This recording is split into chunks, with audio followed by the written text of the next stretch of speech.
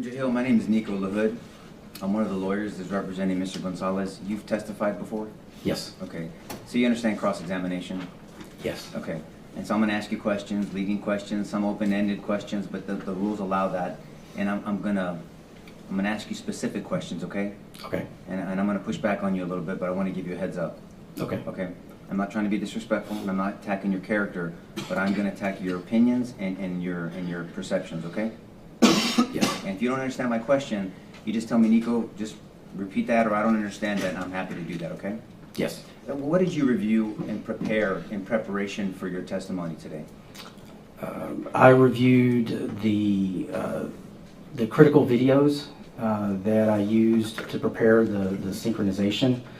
I reviewed the timeline events up to approximately 11:45 a.m., as well as all the diagrams, the physical evidence that was collected, or the physical evidence log, as well as my reports. And what reports did you create?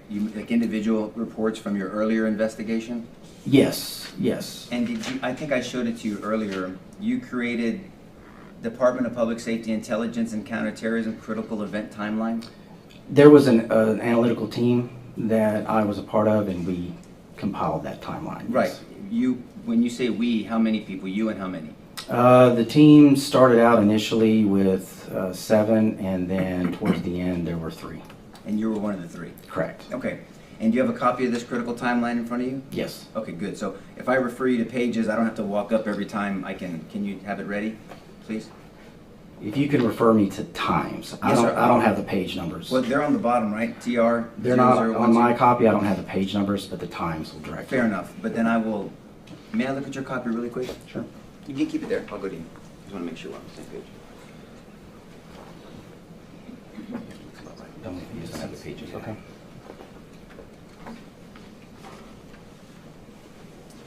And so you said initially you weren't responsible or assigned to putting this timeline together initially, right? Correct. You did some interviews. Correct. And one of the interviews was of Gilbert Limones. I interviewed Cody Bersanos. Who interviewed Gilbert Limones? I believe that was Ranger Barina. But you reviewed that interview, right? I didn't review Gilbert Limones' interview. I want to make sure I'm clear. You're part of a eventually a three-person team that put all this together, and you didn't interview Mr. Limones? You didn't review his interview? I didn't review it in preparation for trial. I reviewed it early on in the investigation. Okay, so I'm sorry. I'm going to shift now to just the whole investigation and how you put this together. Okay. Okay. So you did review Gilbert Limones' interview, correct? Yes. Okay. And part of that interview, you had to reconcile what he said to his 911 call at 11:29:05, correct? Yes. And so if you can refer to 11:29:05, please. For the government, it's page 11, but I don't know if you have numbers. Bill.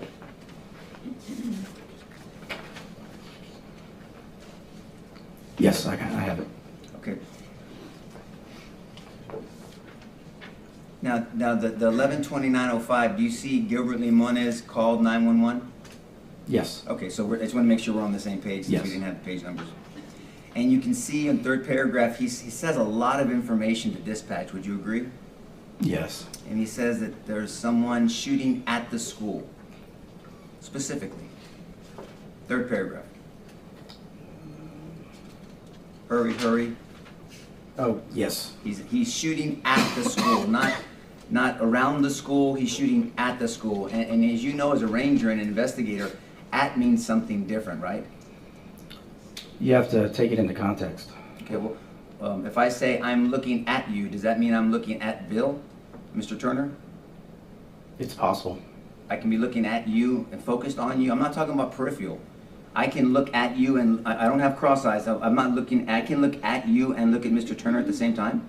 Well, you can look at me and you can see him in your peripheral view. I know. I said aside from peripheral, because peripheral is not focus, right? Correct. Right. So peripheral, you can see some of the jury like I can, but you can't describe what clothes they're wearing.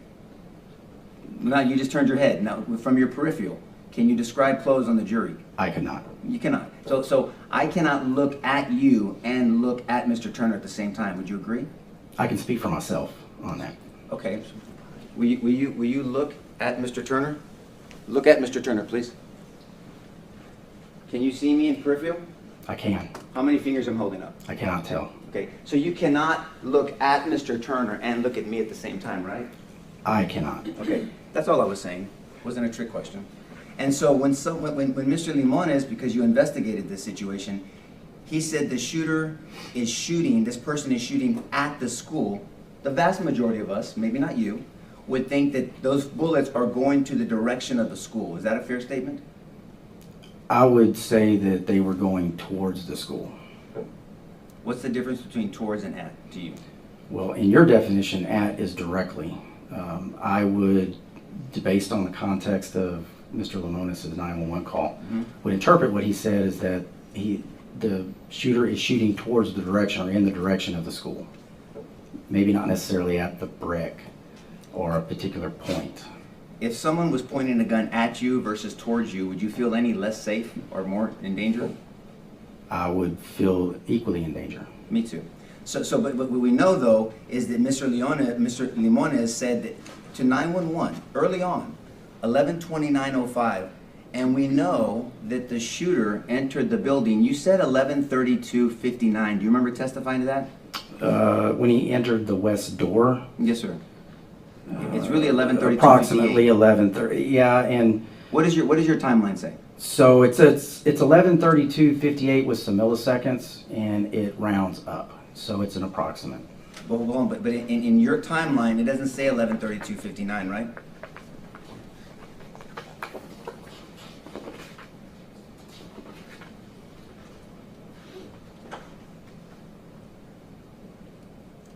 It says 11:32:58, but there were milliseconds on the back. Real quick, does it say milliseconds on your report? No, I took the milliseconds off, and the exporting program rounded up.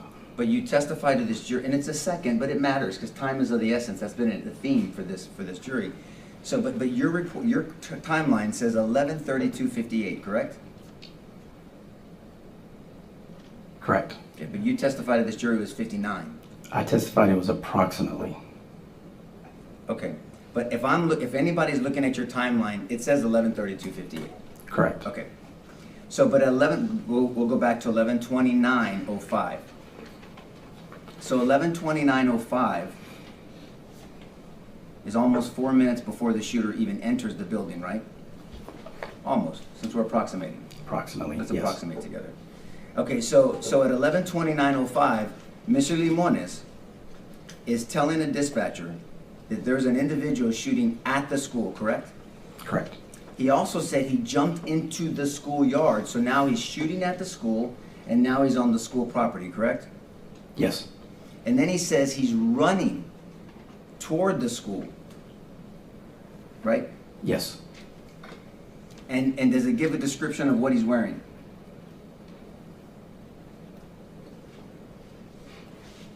That's right, it's the next line under.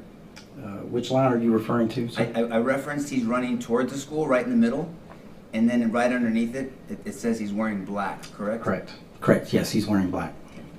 And he even says he's a young kid, so we know we're not looking for someone with gray hair, right? Possibly, yes. Yes. That's approximately. And so this is pretty detailed description of what Mr. Limones was telling the dispatcher almost 4 minutes before this shooter entered the school, right? Correct. And then the dispatcher said, I have officers there. I'm going to go ahead and disconnect you with you, right? Are you looking further down on the page? Yes, sir, at the bottom of that same 11:29:05. Fourth line from the Yes. bottom. Communication says they have units heading that way. No, well, And didn't discontinue. didn't say heading that way. What does it say? Okay, sir. So since I have officers where? Since I have officers there, yes. So the officers are already on the scene. That's what it sounds like. Fair enough? Yes. But there weren't officers there, right? Not at that time. And so the dispatcher used that excuse to get off the phone with Mr. Limones, right? Mr. Limones, right? I'm going to go ahead and disconnect. I don't know that it was an excuse. The reason, I'll say a reason, I'm sorry. The reason. Possibly. Well, it's not possibly. I'm going to go ahead and get off and disconnect with you because we have officers there. And that's typical when the officers arrive at the scene, now there's no longer a need for dispatch. So they say, now I'm off and now the officer can take the descriptions you're giving me, right? You know that as standard. Yes, yes. Yeah, just so the jury knows, so dispatch stays on the phone with a caller because there could be critical information that maybe other officers need before they arrive at the scene, so the dispatcher stays on the phone the entire time until officers are actually there, right? Generally, yes. Generally, and then they get off the phone. But officers were not there. Correct. So you agree that the dispatcher probably should have stayed on the phone with Mr. Limones? Yes. Okay. And then 5 seconds later at 11:29:10, that's when Amy Marin calls, correct? Yes.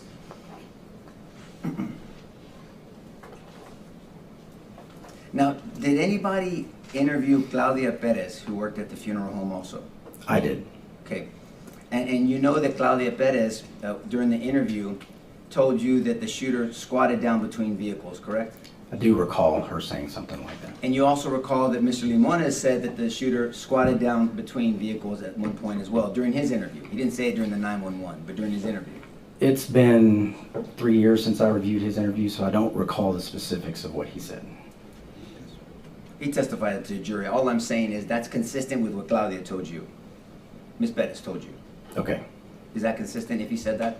If he said that, yes, that would be consistent. But he also said that in his interview.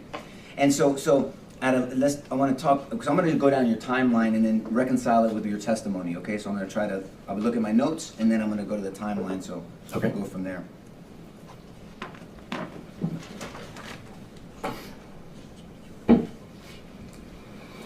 Now, based off of what Mr. Limones said in his 911 call, that's not the information that was dispatched, correct? Not all of it. Well, what was dispatched? Do you remember? Well, it was dispatched as a crash initially. Right. But that was as a result of Amy Marin's 911 phone call. And then around the same time, Gilbert Limones had placed his 911 phone call.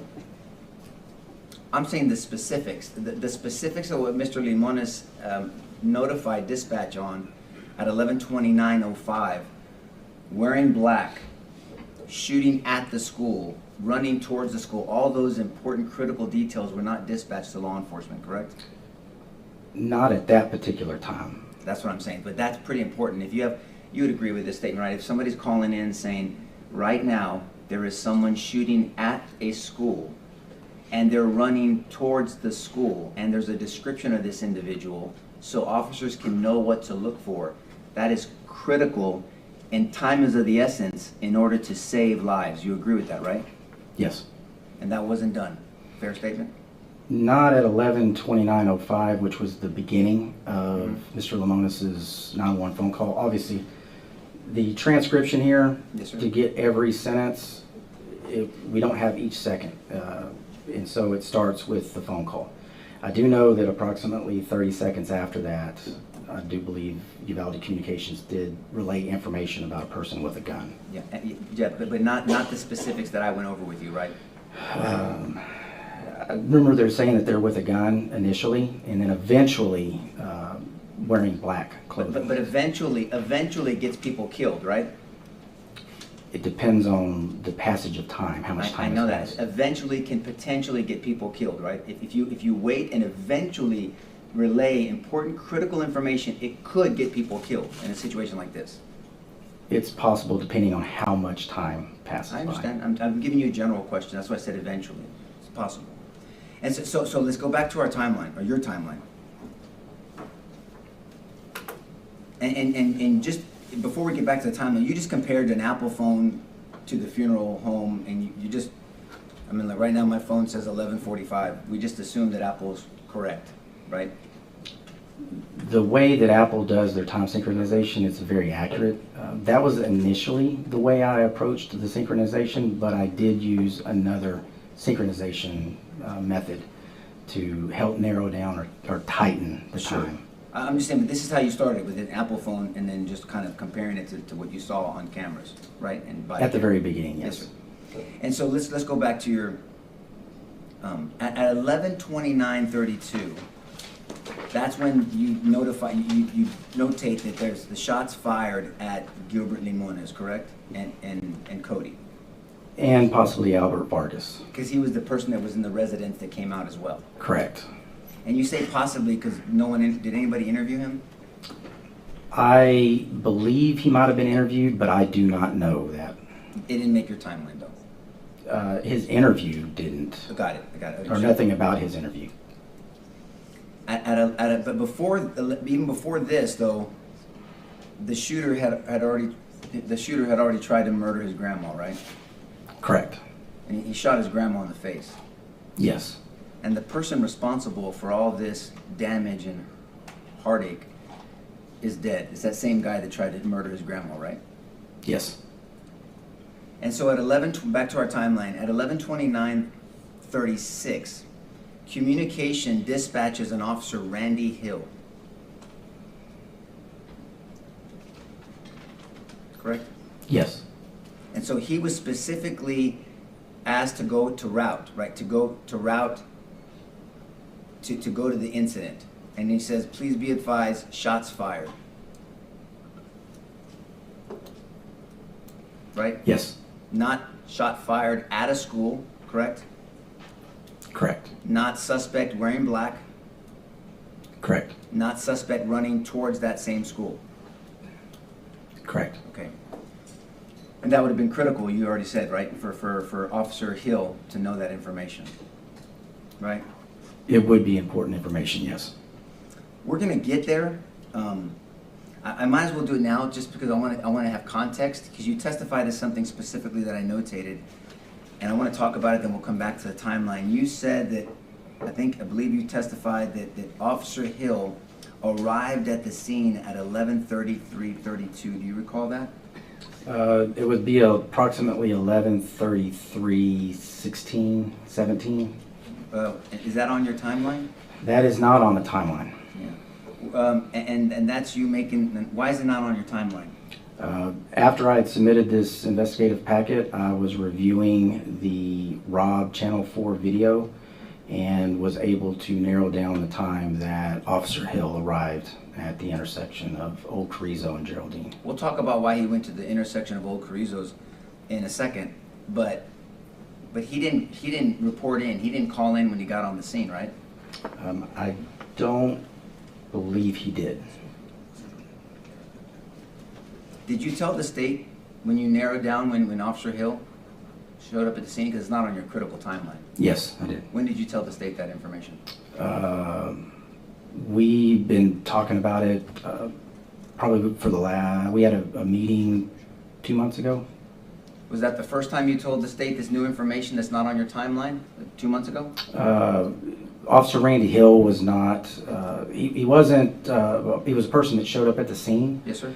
And I was reviewing through the Rob Channel 4 video to get a better an accuracy of when he arrived, because there were sirens that you could hear from the Rob Channel 4 surveillance video. But you don't know that it's his sirens, right? Well, when you see a vehicle with emergency lights flashing arrive at the intersection, and then just a few seconds later, and he's the only one, a few seconds later you see Sergeant Coronado's dash cameras show that vehicle in the intersection. So you said a lot there, because I want to break all that down. So when did you see lights arrive at that intersection? As far as... what video did you see that on? Rob Channel 4. Rob Channel 4 meaning what? There's the Rob Elementary surveillance video, the Channel 4 camera. And what view is that showing? That shows the East Breezeway. East, that's a breezeway where Coronado was running down with Arredondo, right? Correct. Yes, it is. Yeah, and so that breezeway,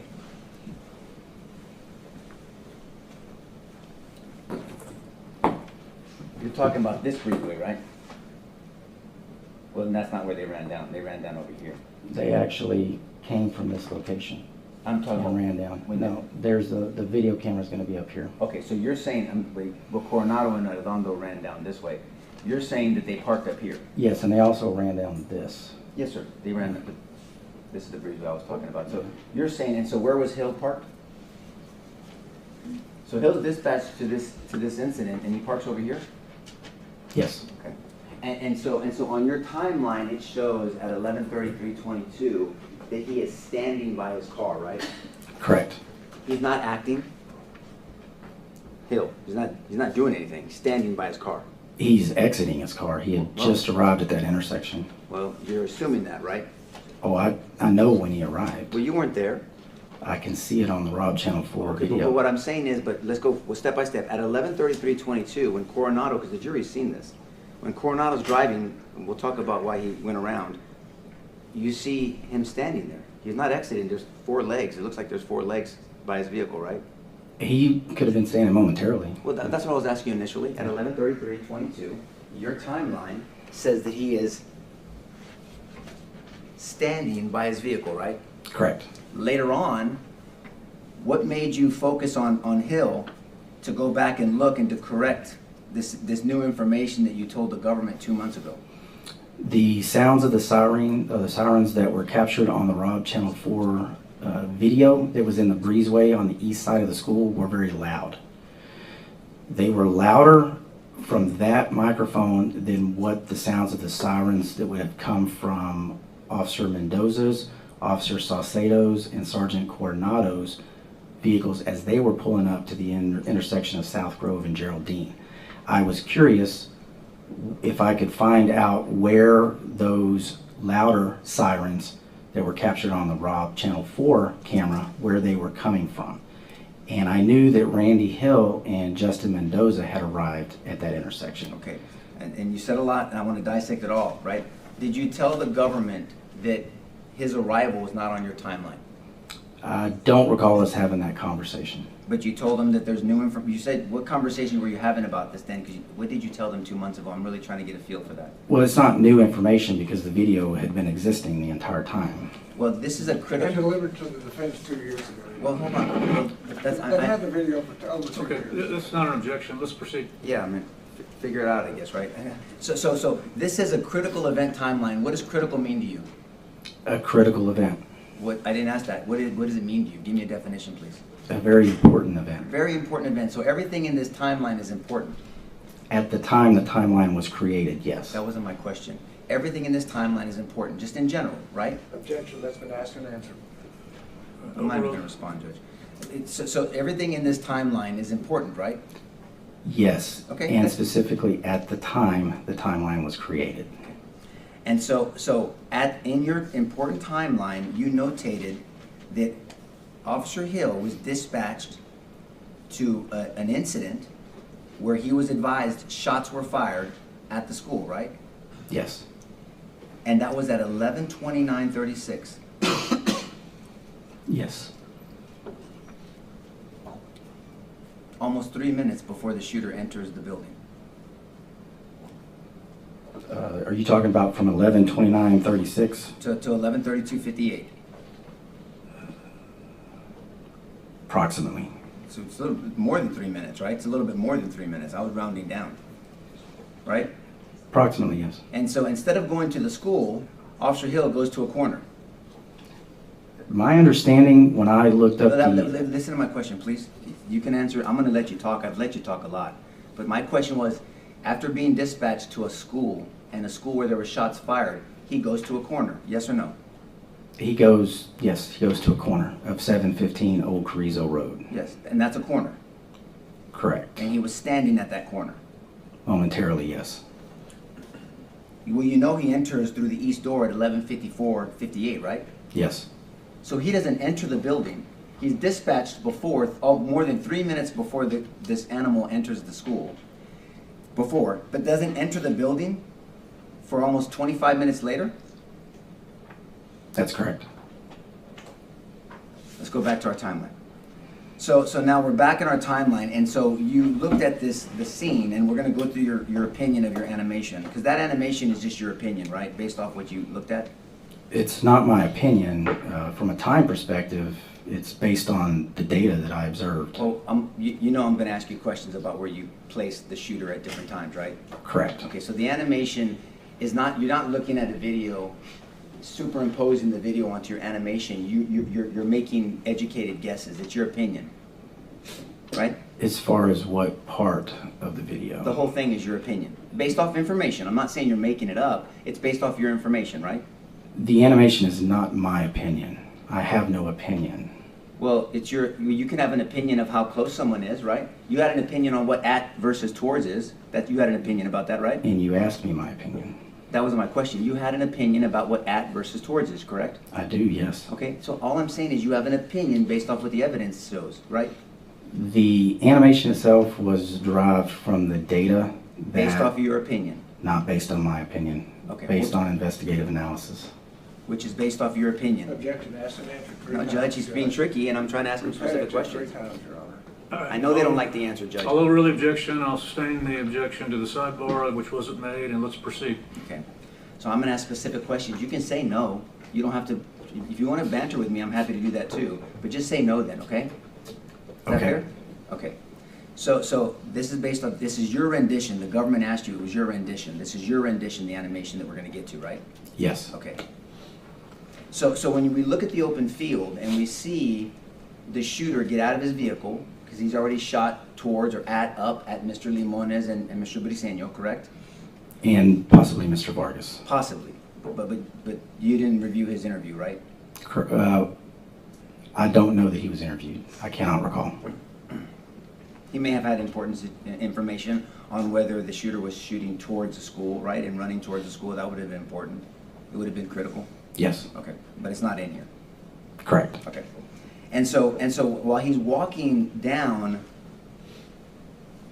into Robb Elementary campus, we see no spent shell casings in this open area, correct? Correct. What assumption can you make? What opinion can you have about that? That he didn't fire his firearm. And so, and then there's no casings anywhere here, correct? Correct. And so it is safe to say that at this point he wasn't shooting anywhere while he's walking towards this area. Yes. And this is, why did you give him this loopity-loop, this area here, this walkway, and then around? When I was reviewing the Hillcrest Funeral Home, specifically Channel 2 and Channel 4 camera angles, you could see the shooter walking from the crash site over to the school. Now that's not going to be this exact path. This is not a scale diagram. I'm looking for key features in the grass that were still existent on this particular Google overlay, and approximately positioned the shooter on that path. But he could have easily just gone straight this way too, right?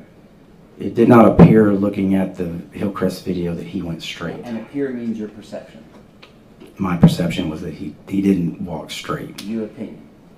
It's based on analysis of it. Your perception is your opinion, right? In that particular case, yes. There's no data points here. I mean, there's no casings, there's no footprints. That's what I'm saying. I'm just, that's not meant to be a difficult question. I'm just saying he could have gone this way too, right? Correct. Object to repetitive and bantering the witness. He's answered it 3 or 4 times, Judge. Okay, I'll sustain the objection and go ahead.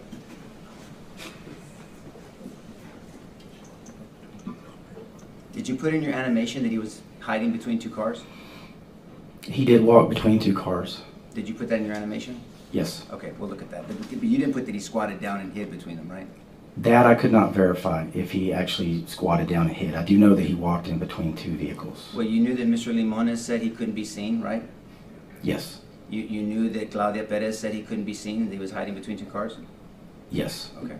But you decided not to put that portion because you couldn't determine it. I put the location that he walked. Okay. He could have squatted down in that particular location between the cars. Okay.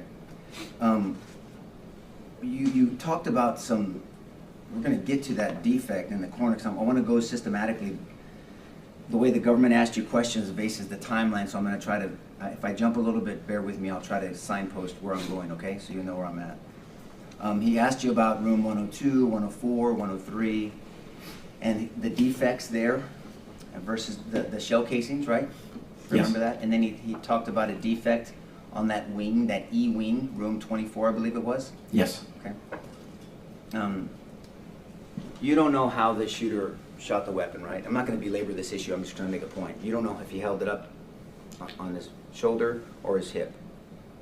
Not for, the only shots we could see his shooting platform was in the hallway, so no, from the outside, no. We Yes, did sir. not have anything. And just so the jury knows, I don't know if they heard this term, what is shooting platform? So you can explain to them. It's the positioning that you'll take when you shoot a firearm, and specifically in this case, a rifle. You can shoot it up, you can bring it down to the hip, you can assume a kneeling or a standing or a prone position. And so outside, if somebody with bad intentions, with intent to shoot up the school, swung their gun up to shoot 102, 104, there could have been, what's an accidental discharge? What we explain to the jury what that means? Accidentally pressing your finger on the trigger and firing an unintended shot. Right, an unintended shot, and that means that they don't have muzzle control or trigger discipline, right? Correct. Okay. And meaning trigger discipline, they're putting their finger on the trigger before they're intending to shoot, and they're pointing the barrel, the muzzle, in a direction that they're not intending to shoot. Yes. In law enforcement, it's called maybe sweeping. If I don't have muzzle control and I sweep this way, but this is my barrel, my muzzle, that's sweeping. That's poor muzzle control, correct? Correct. And then discipline, meaning I'm not indexing my finger, I'm inside the trigger guard, and that means there could be an accidental discharge if I'm excited. Correct. And so indexing means keeping your finger high and outside the trigger guard, correct? Yes. Okay, so if somebody was shooting low from hip, low ready, but low from here, and was intending to shoot in this direction, but on the sweep, came up this way, started shooting early, that could be an explanation for that one-off defect high on that building, correct? Could be. Which location are you referring to specifically? The one defect that the government was talking to you about, remember that one? And But that the shots, I'm sorry, remember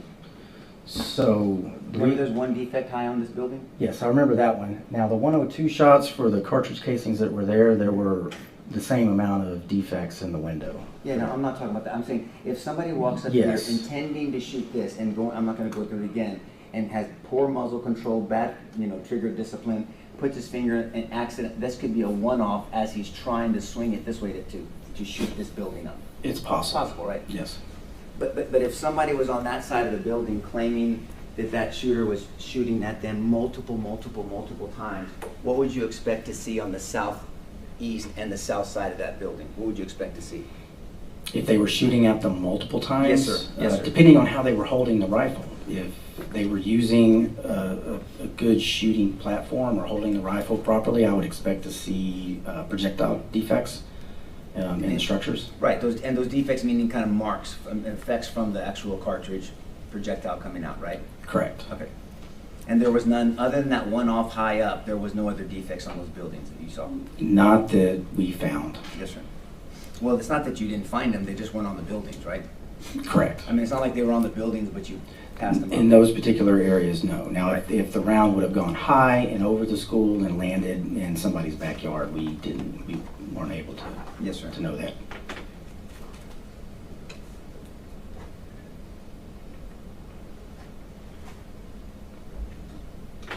Now, at some point, when you were talking about, we're going to get back to our timeline.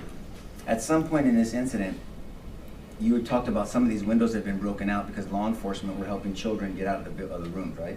Yes.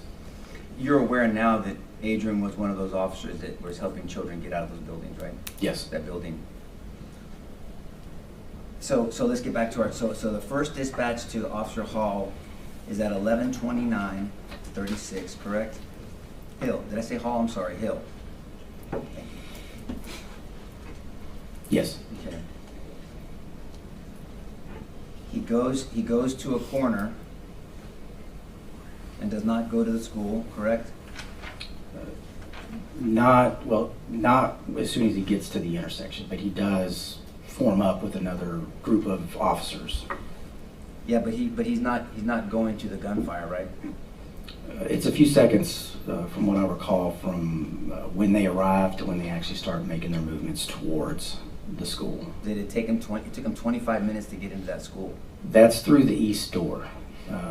Did he go in another door that we don't see? There was a group of officers that actually ran to the east side of the fourth grade building and positioned outside the east wall of the fourth grade building. Yeah, but there's a big deal made of when Adrian got there, when Adrian went into the building, what Adrian saw, what Adrian knew, what Adrian was told, what Adrian perceived. So don't you think it's only fair that we look at what other officers saw, perceived, did, and entered? Can we do that, please? Yes. Okay, so that's all I was saying. He didn't enter this building for 25 plus minutes, right? Correct. Okay, that's all I was asking. And so we'll talk about what he was doing or not doing, but he wasn't running towards the gunfire. He actually was with the group of officers running towards the fourth grade building. He just didn't enter. I know, that's what I'm saying, but he didn't, with their perception, running to the gunfire is going to it, right? So is your opinion to this jury that Officer Hill was running to the gunfire? I'm not Officer Hill. I didn't speak with him.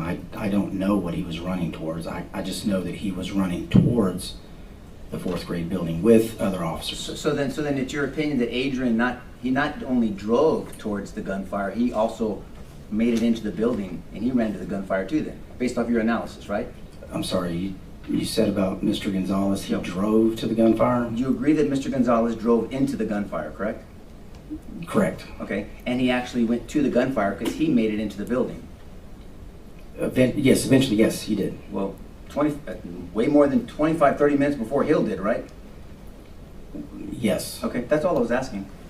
So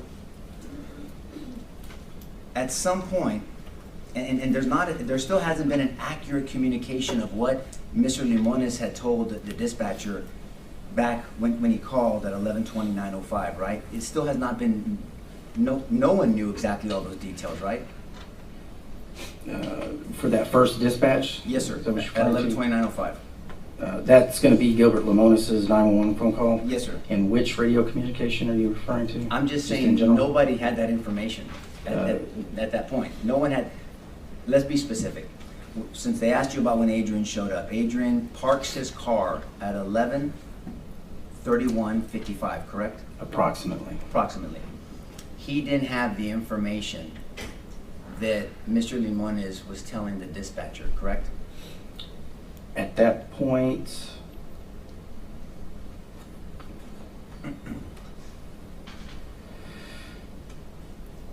so he arrived, Mr. Gonzales parked at 11:31:55, and the radio transmission came out at 11:29:36. He would, depending on how his radio was programmed, it's possible that he had access to that. Well, 11:29, say what, 36? The dispatch was to Randy Hall. Yes, but the way the radio systems work, other officers can hear that traffic as well. Well, it depends how they're programmed, right? That's true, And yes. all I'm saying is all it said was shots fired, shots fired. That's why I was saying nobody knew the information that Mr. Limones was telling the dispatch. That's all I asked you initially.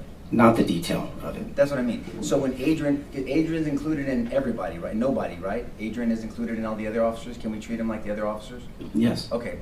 So he didn't know at 11:31:55. He did not know what Mr. Limones was reporting to dispatch.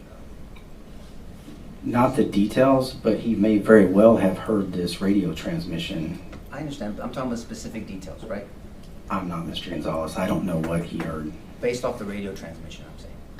The radio transmission says an accident, shots fired, essentially. That's what she dispatched Hill to go do, right? Correct. If I have you en route to Old Carrizo's Road, that's what she tells him to do. Have one vehicle accident, white pickup truck crashed in a ditch. I have a caller advising me, male subject has a gun. Shots fired, shots fired. Yes. So everybody could have heard that possibly, depending how their radio was programmed, but that's all they heard. Possibly, yes. But that's not all she was told. That's not all the detail that Gilbert Limones gave. That's what I'm saying, yeah, that's what I'm saying. So there's a disconnect there in information. But that information is critical for every one of these officers because they're going into this circumstance, right? It is critical information, yes. So Adrian shows up and his car at 11:31:55 is parked by that fourth grade building, right? Kind kind of to the southeast of that building and just to the west of the building E. He's gonna get a picture up for us, but until then, I wouldn't waste his time. Yeah,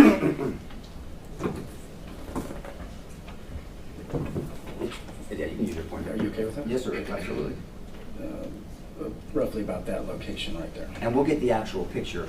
But so at some point, there's a description of there's something put out there that someone's running, that there's some suspect running, right? At some point. I believe so, yes. Yeah. And so you know now, and during your investigation, that Adrian Gonzales was driving towards a person running.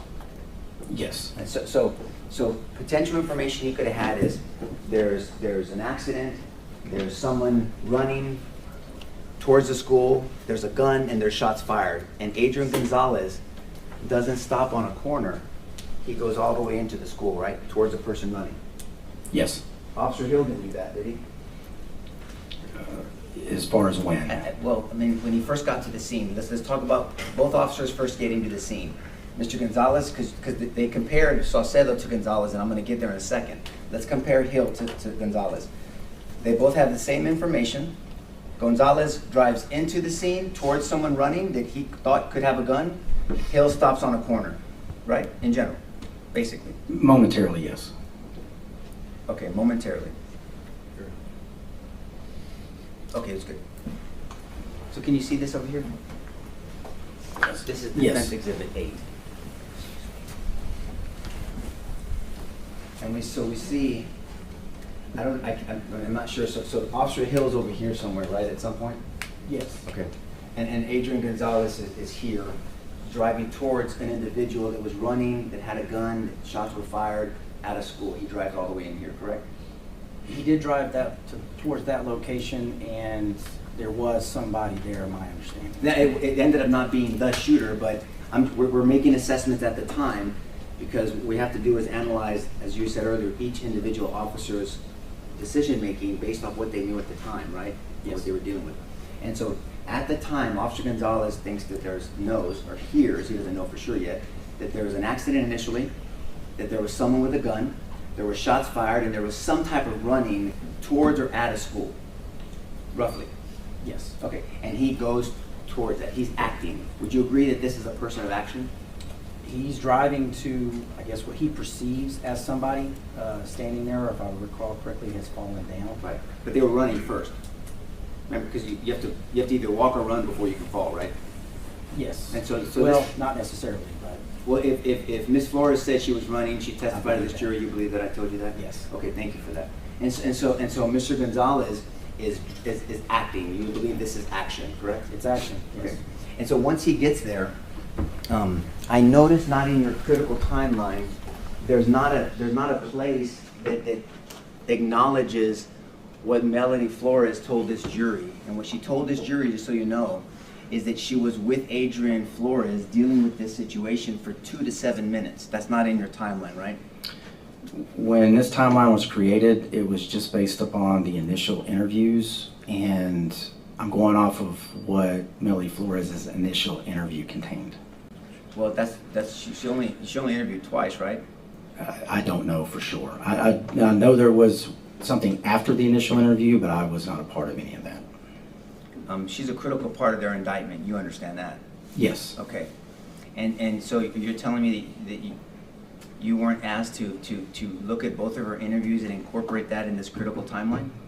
I only looked at her first interview. I didn't see the second interview. And then the first interview said, basically what I'm telling you, they both collectively say this, but that she came in to interview with you guys 7 days later, right? You guys didn't go to her, she came to you. I didn't conduct the interview. Did you review it at all? It would have been about 3 years ago, and I don't recall the specifics of the interview. They're relying on her specifics, and then they have you as a witness to testify to this jury. You understand why I'm asking you specifics, right? We had Ms. Flores come testify, Your Honor, that's what she said. But then why put him up on the stand? For all the Okay, other neither analysis from the one past. are legal objections. Overruled, proceed. Okay, so you can understand why I'm asking you specifics at least, right? Yes. Okay, and so I understand what your answer was, but that's not incorporated. Her 2 to 7 minutes with Mr. Gonzales after he drove to this dangerous situation is not incorporated in your critical timeline, right? The unaccounted time for Mr. Gonzales would be incorporated in the timeline. And see, that's where I'm going. See, because they want you to testify to this unaccounted time, and if this unaccounted time was told under oath to this jury of a 2 to 7 minute timeline, it's not unaccounted anymore, right? From my perspective, Let me ask you a because- question. I don't want your perspective right now. I don't mind it. If there's unaccounted time that the government wants you to testify to this jury, because they want this jury to hold Adrian Gonzales Objection, accountable Your for Honor, unaccounted what the time. state wants, that has nothing to do with questioning the Sustained. witnesses to the fact. So let's talk about unaccounted time. There's 2 to 7 minutes that Ms. Flores testified to this jury that she's with Adrian Gonzales at that exact scene. That's important if you're analyzing unaccounted time. Wouldn't that be something you would have wanted to know? That's all I'm asking. I didn't have access to that particular type of information. Oh, I know, and I'm not blaming you for it, by the way. I understand that, Ranger. I'm just saying that would have been important information for you to know if you're analyzing unaccounted time. It would be important information, but I actually prefer not to have that information in advance. Because I used my... I want to make sure I understand you, because I don't want to misstate something. So you're here to analyze, give your opinion, of unaccounted time to this jury, and you don't want to know of potential reasons for that unaccounted time, because then it would be accounted for. My role in this particular part was Did to... you hear my question? Objection, Your Honor. I asked a specific question, Judge. Let him answer the question. Okay, I'll overrule the objection. You can answer, sir. Finish your answer. Yeah, all I'm saying is Judge, if I you're think here, you just said well, he he finished his answer sustained, and he didn't let he him. overruled your objection, Bill. But he said he'd let him Yeah, respond. No, let- but that means he didn't answer my question. Okay, let's restate the question. Listen carefully, Ranger, and answer it as quickly and as specifically as you can, okay? Okay. Go ahead. If you're analyzing unaccounted time, and there's a potential reason for that unaccounted time, 2 to 7 minutes, would that be important for you to analyze unaccounted time? That's all I was asking. Yes, it would be important. That's all I was asking. And so that's not in our critical timeline, but that's something that was testified to. So we have Adrian with Ms. Flores for 2 to 7 minutes, and I know that's a range, but that's her testimony, okay? And so they were asking you that it took between the time Adrian shows up and the time that the shooter goes into the building. I thought you said it was 1 minute and 4 seconds. Do you remember saying that? Yeah. That would be the time between when Mr. Gonzales parked to when the shooter entered through the west door, approximately 1 minute and 4 seconds. So, where's the marker?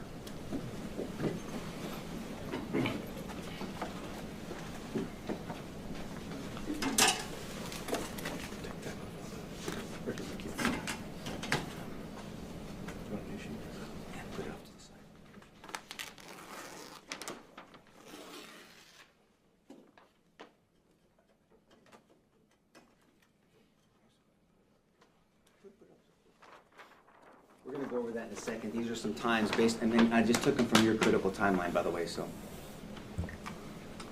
So let's just go over it really quick.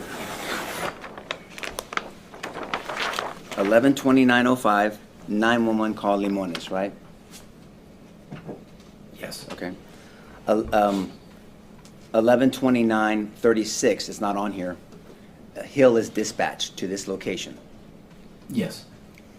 11:32:23, we're going to get there, but I'll give you kind of a heads up. Mendoza shows up at the scene. Correct? Yes.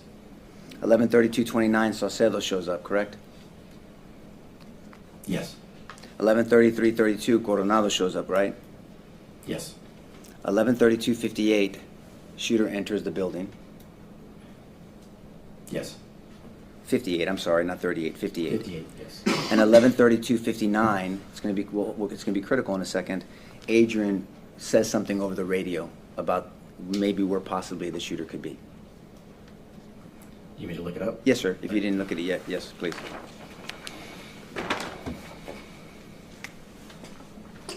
Yes, I found the transmission. Okay. So 11:31:55.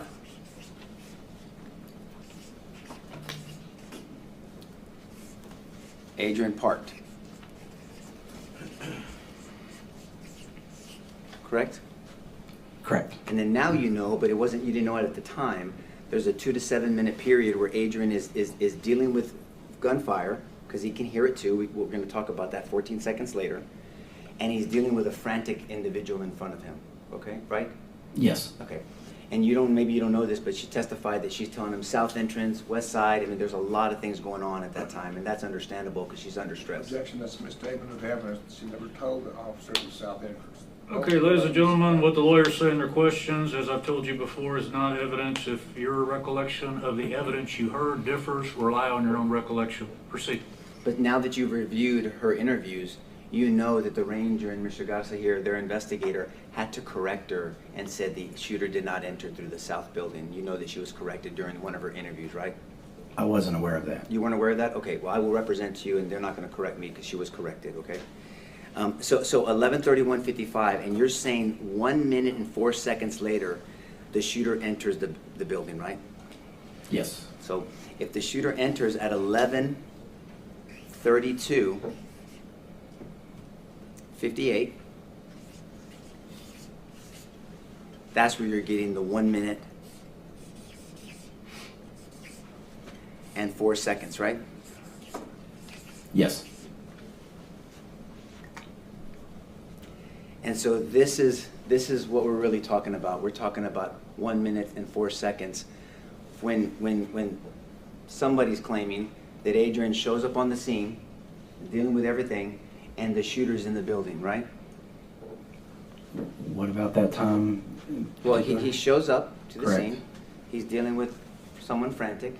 He hears gunshots because 14 seconds later he says, shots fired, right? Right. He's trying to observe and orient himself, and then maybe he's getting shot at. He doesn't know where this fire is coming from, correct? Correct. And 1 minute and 4 seconds later, the shooter's in the building. Right? Yes. And once the shooter's in the building, Adrian doesn't know when he went into the building. There's no evidence that shows that, right? Correct. Because he's on the southeast side, and there's no line of sight, correct?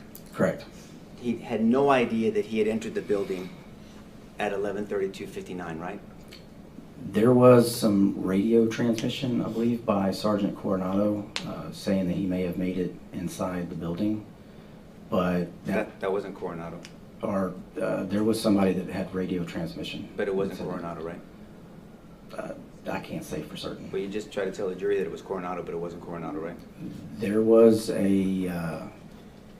transmission shortly after After the what? shooter entered through the west door. Yeah, so shortly after is 11:32:59. Will you look at your critical timeline and tell me what that is? This is when Officer Gonzales says going to be on the west side of the school, by those vehicles. Supposed to be wearing all black, all black.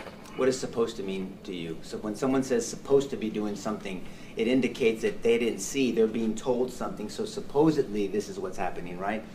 And that's possible. In general. And so he says supposed to be wearing black. So by the time Adrian shows up on the scene, is dealing with a frantic witness, and there's nothing, Miss Flores, I'm not criticizing her at all. She's got a lot going on. She told kids to go back inside. She's fallen. She thinks she's being shot at. She's hearing sounds. There's echoing, right? He's dealing with her. He finally gets oriented. He reports at 11:32:09, shots fired, right? That's from Adrian Gonzales. Correct. Okay, so he's there. He's got to get out of his vehicle. He sees a potential victim he doesn't know. He thought it was the suspect as he drove into it because he took action. And he takes more action by getting out of his vehicle. He didn't stay in his vehicle, right? Based on what you're telling me in his interaction with Miss Flores, yes, he didn't stay in his vehicle. I appreciate you trusting me. I really do. But based off of your interview, based off of your investigation, you know he got out of his vehicle. I didn't conduct an interview, but yes, he did get out of his But vehicle. you did do an investigation, right? I participated in the investigation, yes. But that participation has a critical timeline that everybody's depending on, right? Correct. Okay. And so you know so that takes more action to get out of your vehicle, right? Yes. And then if there's shooting going on you have a better chance or a worse chance of surviving if you get out of your vehicle? You have a better chance if you get out of your vehicle. Get out of the vehicle or stay in your vehicle and try to hide and not be seen to get shot? As me being a police officer, I would not want to stay in my vehicle Tactically, right? You either get behind the engine block or you run. or find some other cover or go I got it. to the threat. Right, but you don't get out of the vehicle and subject yourself maybe just to stand around and pace, right? You wouldn't be pacing back and forth. I would not. Okay.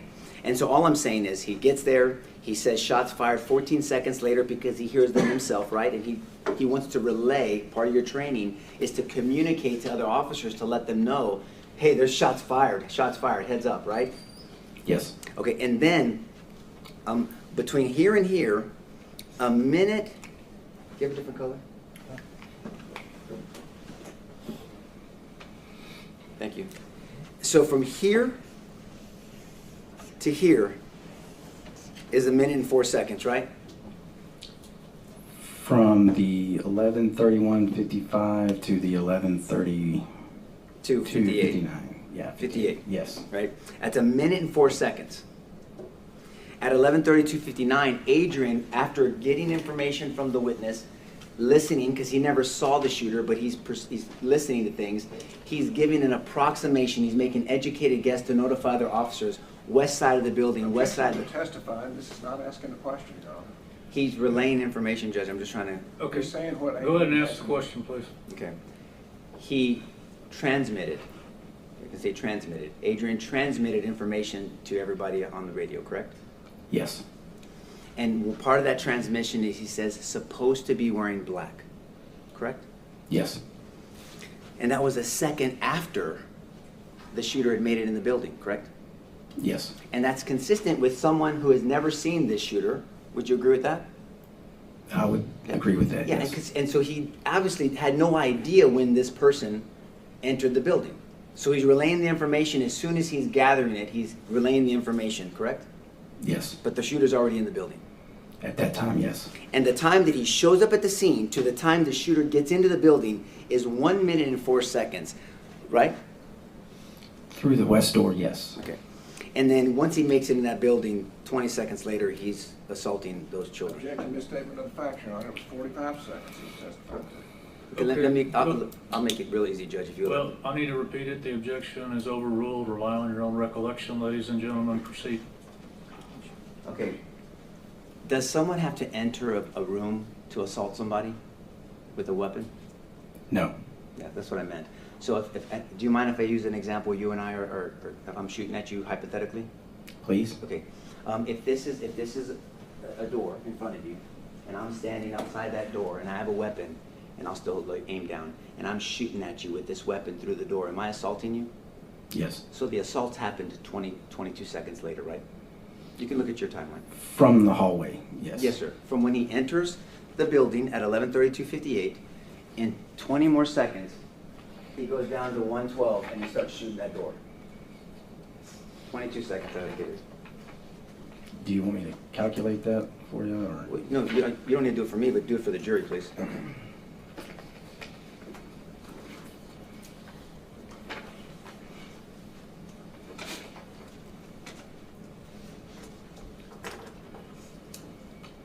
So yes, approximately 22 seconds. Okay, that's what I said, 22 seconds.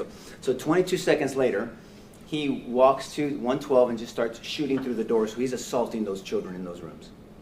Yes. Okay, that's what I meant. And so all of that is calculated, and so we're trying to analyze and hold Adrian responsible for a minute and 4 seconds plus 22 seconds, right? There's additional time to consider. I got it, but essentially I'm talking about when he gets into the building, which he didn't know it happened, to when he starts assaulting those children. It's a minute and 26 seconds. From the time he starts shooting into the classrooms. That's from getting into the building to shooting the classrooms, it's a minute and 22 seconds. I'm sorry, from when he gets there, from Adrian gets on the scene to him shooting the classrooms, it's a minute and 26 seconds. To starting to shoot in the classrooms, Right, yes. that's it. And this whole time, Hill is still at the corner somewhere, right? He arrives at the scene, like I said earlier, approximately 11:33:17 is when he parks at the intersection. That's just what your opinion, that part's not in the critical time, that's your later on assessment, right? I did observe it on a camera angle, but yes, Did anybody ever interview Hill? I don't recall. Would it have been important for someone to ask Hill, why didn't you go to the school and why did you stop on a corner? I can't answer that question. I wasn't involved in any of those interviews. No, but I'm asking you, in your opinion, your training experience, would it have been important for us to consider why Hill went to a corner when he's dispatched at 11:29:36, 3 minutes before this person even enters the building, why he went to a corner instead of to the school? Wouldn't that have been important to ask? It would have been an important question to ask, along with why you responded to the school and your actions around once you actually arrived at the school. Yes, sir. But that wasn't done by anybody. It's not your fault. That just wasn't done. I don't know if he was not interviewed or was interviewed. I'm not sure. That would have been important to put in here, right? The timeline doesn't include every single event that occurred. You'd have to go to all of the investigative reports in order to get more details about those interviews. Well, I'll represent you. We don't know why he went to that corner, okay? All right, folks, let me go ahead and give you your lunch recess at this point. Take an hour, get back as quick as you can, and remember my instructions. We'll be in recess for 1 hour, which make it 1:35. Okay, Ranger. We'll try to catch back up to where we were. During the break, you had an opportunity to speak with the government, correct? Yes. Okay, and you guys had a conversation about whatever testimony or whatever. They had some questions for you? Did the prosecution Yes, sir. have The government, the prosecution, the government. We did talk about a couple of things. And you and I didn't talk during the break. Correct, we did not.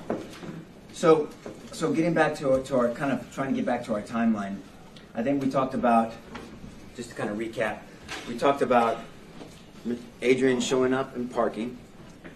We'll talk about what the dispatch said. Shots fired, him announcing shots fired, so he hears shots and he dispatches, he radios that, correct? Adrian does. Correct. Okay. And then the shooter gets into the building at 11:32:58, correct? Correct. Adrian, 1 second later, almost simultaneously, but 1 second later, is relaying information on the radio to potentially other officers about where he may think that the shooter may be and what he may be wearing. Correct. But there's no evidence, because I think we all agree, that he never saw the shooter. Correct. And so he wouldn't have known exactly when the shooter got into the building. He wouldn't have known. Correct. Okay, I think that's where we're at. But we do know, and we talked about this, and I think we went over it briefly, that at 11:32:23,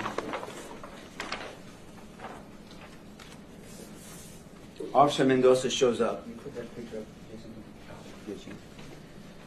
Shows up to the corner of Groves and Geraldine. Yes. And that would be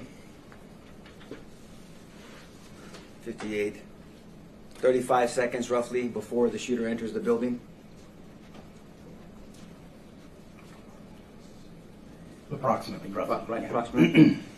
Excuse me, we're both doing the same thing. Okay, so, and you agree that corner of Groves and Geraldine has a different line of sight than where Adrian ended up parking. Yes.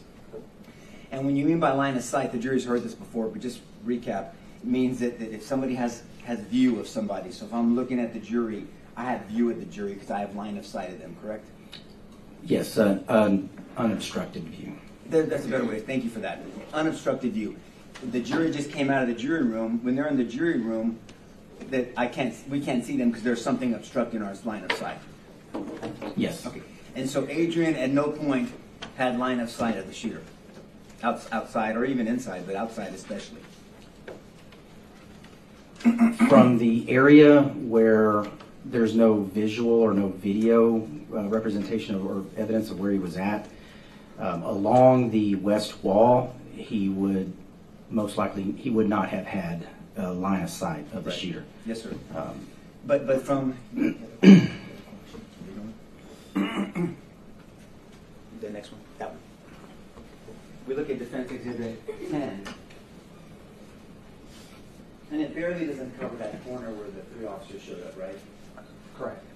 Officer Mendoza shows up, Officer Saucedo shows up, and then Sergeant Coronado shows up, right?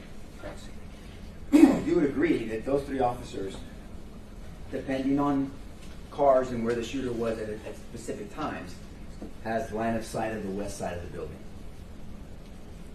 Other than for vehicles, just like you clarified, Yes, sir. other than those, they would have line of sight of the west wall. And you know at the point of through your investigation, putting the timeline together, you know that Officer Saucedo, and the jury's heard this already, had a different type of weapon system, right? I knew he had a rifle. Right. And specifically an AR-15. Is that correct? As far as I'm aware, yes. I never actually looked at his rifle. Yes, sir. But having a rifle is obviously more advantageous when you're dealing with, number one, a weapon on the other side that is shooting at fast pace, but also when you're talking about distances. A rifle is preferable. It's a superior weapon. Yes. And I've asked all the Rangers, and I'll give you the answer. They all pick the rifle. If you give them the rifle or a handgun, if you had to get unfortunately into a gun battle, you want the rifle. For longer distances, yes. And so Saucedo had that, and then there were two other officers that still had weapons in their hands as well. Yes. And they had sidearms. And you know now that Adrian, all he had was a sidearm because the school district the school police did not issue long rifles to their police officers. Yes. And so from a perspective of opportunity and ability, in general, overall, we can look at specific factors. These three officers had better opportunity and had the ability to engage a shooter that happened to be on their side. I disagree. You disagree? Okay, I want to make sure I understand. So you're saying that Officer Mendoza, Officer Saucedo, and Sergeant Coronado were in less of an opportunity and had less ability than Adrian Gonzales to engage the shooter that happened to be on the west side? I'm not going to say that they had less or more opportunity, Uh-huh. but there was means and opportunity available to Mr. Gonzales. And see, what you're talking about when he was driving in. And after he parked. Okay, well, let's go one thing at a time, because you didn't say that on direct, but I'm happy to talk about that. So can you go back to another picture, Jason, one before? Do we have another picture? Go back to the original one then, I'm sorry. So you're saying that when Adrian was driving in, you believe that the shooter was right here and that Adrian drove right by him? The shooter would be in that general area. And yes, Mr. Gonzales drove past him. Okay, and so that's why you're saying that Adrian had an opportunity. Not at that particular time.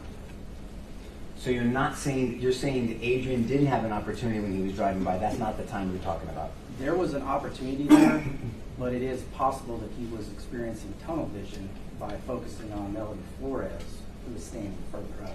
And it's also possible that Mr. Limones and Claudia Perez were correct and that the shooter was in between cars hiding. That's a possibility too, right? Well, I do know he went between two cars Mhm. and emerged from those cars. Well, eventually he did, obviously, because he made it in the building on the same side that these three officers were, right? I know that. I'm just saying that at some point, because you have a witness that you interviewed and then you've heard the 911 tapes and you know what Mr. Limones said, that there was a period of time where the shooter was in between cars and was unable to be seen, per Mr. Limones, correct? May I stand up there? Oh, and please. point something? Go ahead, Senator. So there was a vehicle parked in this space and this space. The video evidence I reviewed did show the shooter come through here. And then because of the distance of the camera, the pixels start to become a little bit more pixelated. When the shooter was in this general area, approximately, he fired several rounds. The first round he fired in this parking lot you can see from the Hillcrest Memorial Funeral Home, the gas expulsion from the rifle as it rises up, and you can actually see it move up. That's in any one of your reports? Is that in one of your reports? It should be in one of my later summaries. And the later ones, but it's not in the critical timeline, right? The shot is in, or the sequence of shots Mhm. would be in there, but that particular statement about the potential gases. smoke from the And firearm. you're getting that from a very 4-pixel view of the, because we've seen the funeral home videos, the jury's seen them. You're talking about that. You're looking at the same videos that this jury has seen, right? Yes. Okay.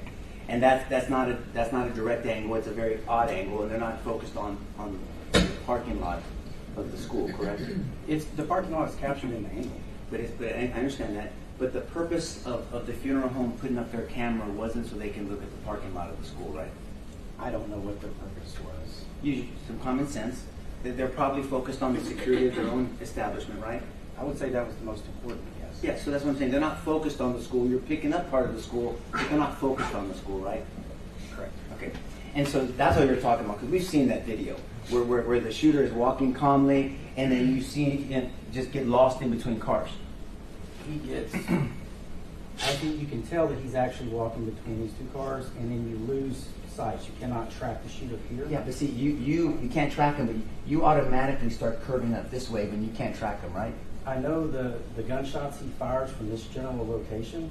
I can see the gas and Shells. smoke, not the cartridge casings, but the smoke coming from the rifle. Okay. And as the plume of smoke rises up, it's on. What would be the evidence of that gas and smoke actually being there from that pixel big camera? You can see it. What would be the evidence of that? Let's say that there's different opinions on what you think is that smoke from that very odd angle way over here. What would be the evidence to substantiate and back that up? What would you look at?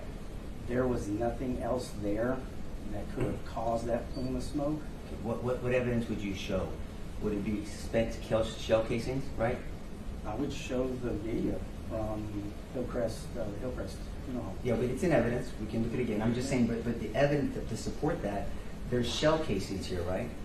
They're fire cartridge casings, yes. Right. So empty shell casings, right? They're empty? Okay. And the jury is seeing where they're at, and they're placed where they were. And you understand how firearms work, right? Yes. Semi-automatics?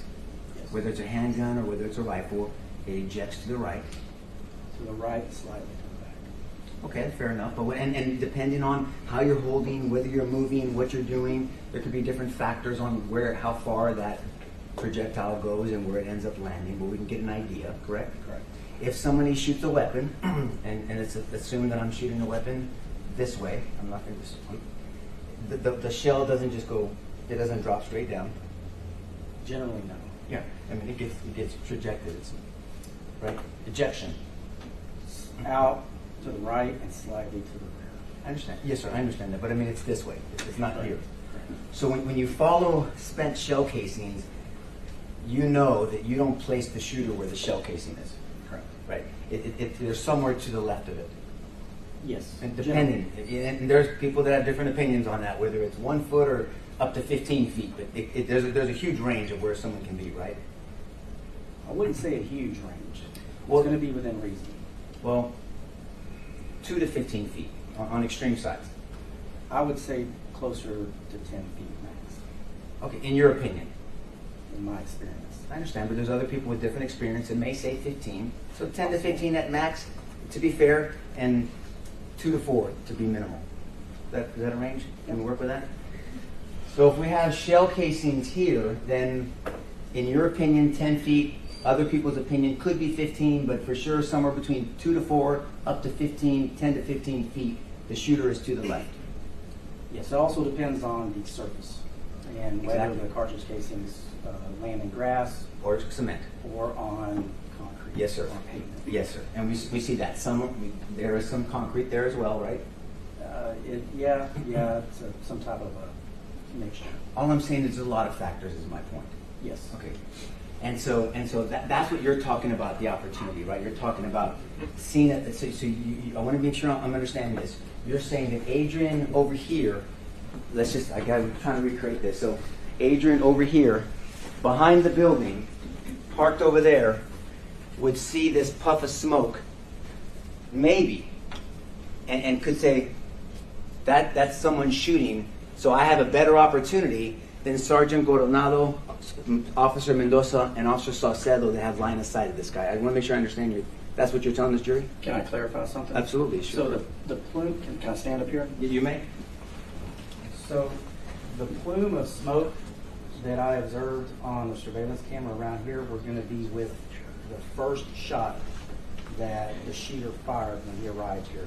Adrian Say that one more time, I'm sorry. So the plume of smoke that I saw in this general area, that would be associated with close to probably the first shot that the shooter fired here, and Mr. Gonzales had not driven by him yet. But you're saying probably, right? You're saying, so let's, can I go by what can we just take your fact as the probably that may be true? What are you referring to with probably?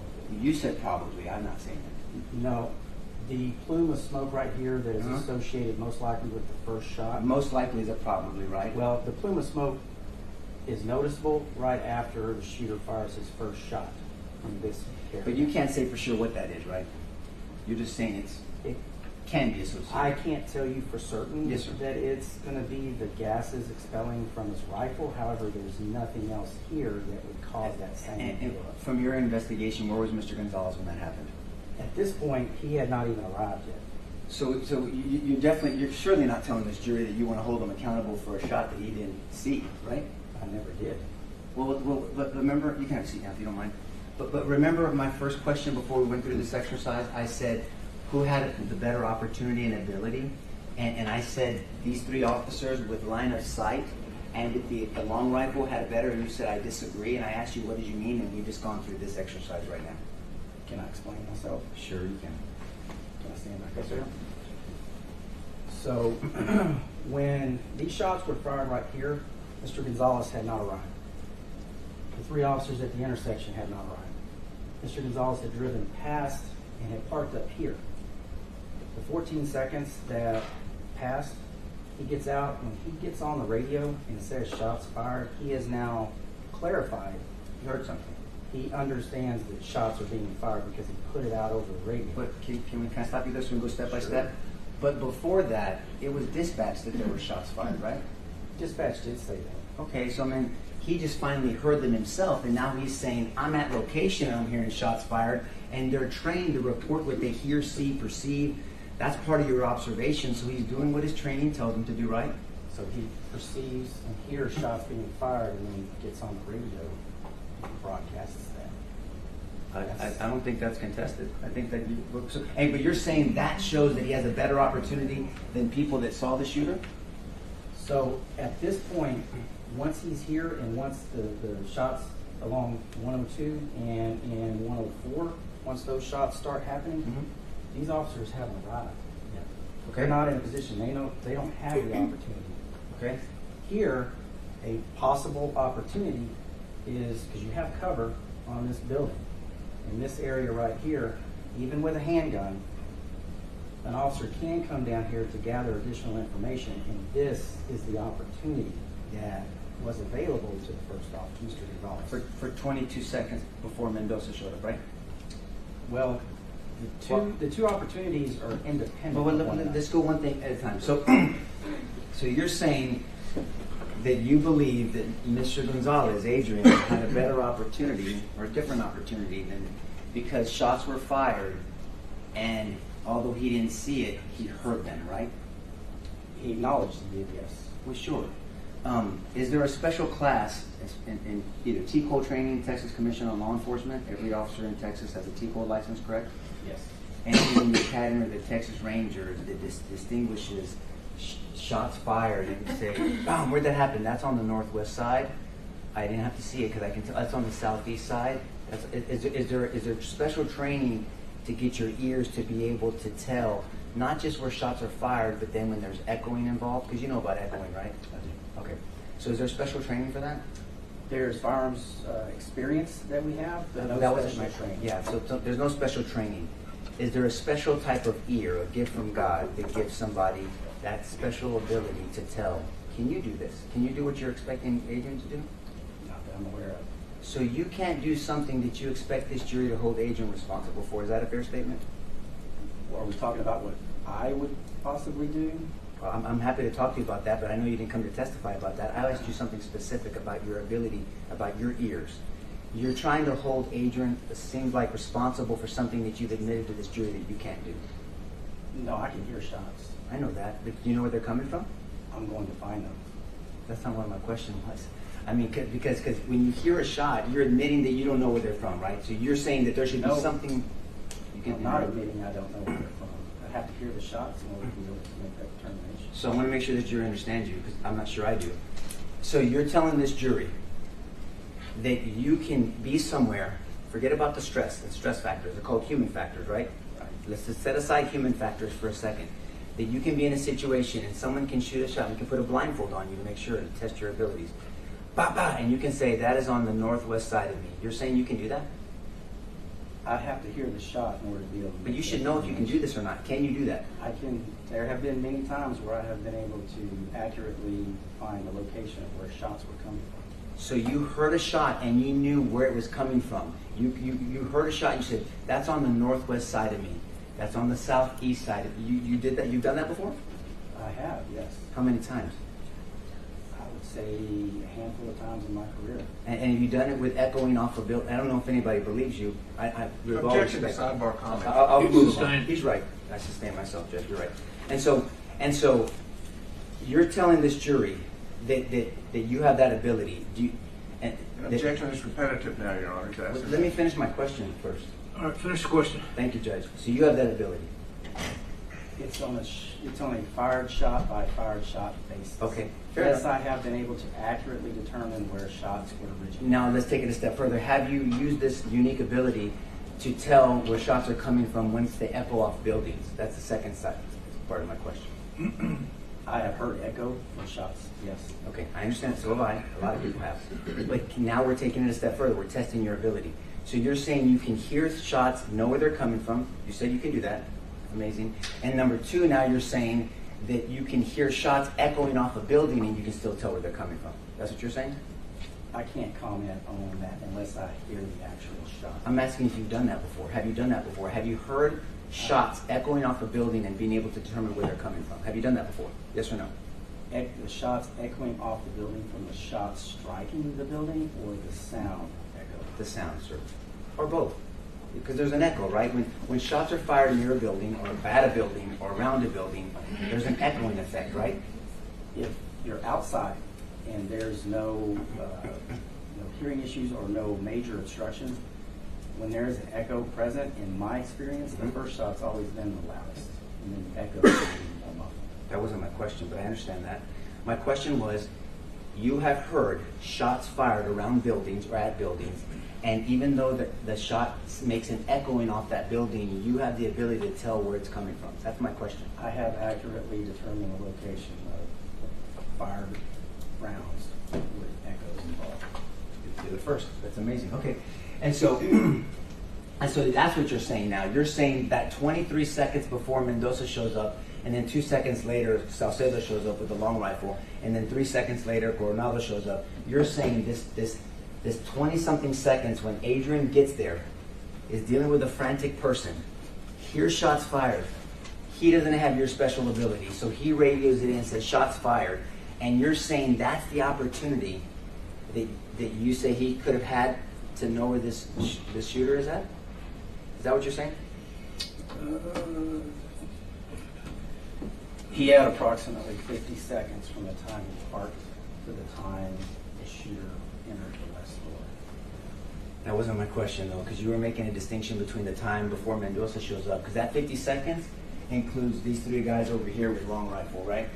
Portion of it does, yes. Yeah, so you were talking about this portion when Adrian was by himself, right? Not in that area where he was parked. Okay. Remember my first question? And I thought it was simple. I was saying Coronado, Saucedo, and Mendoza here had a better opportunity and more ability to engage, distract, deter, stop the shooter than Adrian Gonzales did without line of sight. And you said, no, I disagree. So now we've been doing this back and forth, correct? The reason I disagree is because before Mendoza, Saucedo, and Coronado can't take action if they're not there. I know. And that's why I was talking about this 23 seconds, and now you're going to 50 seconds. Well, because they're too independent. I understand that. Do you understand my questions? Do you understand my answer?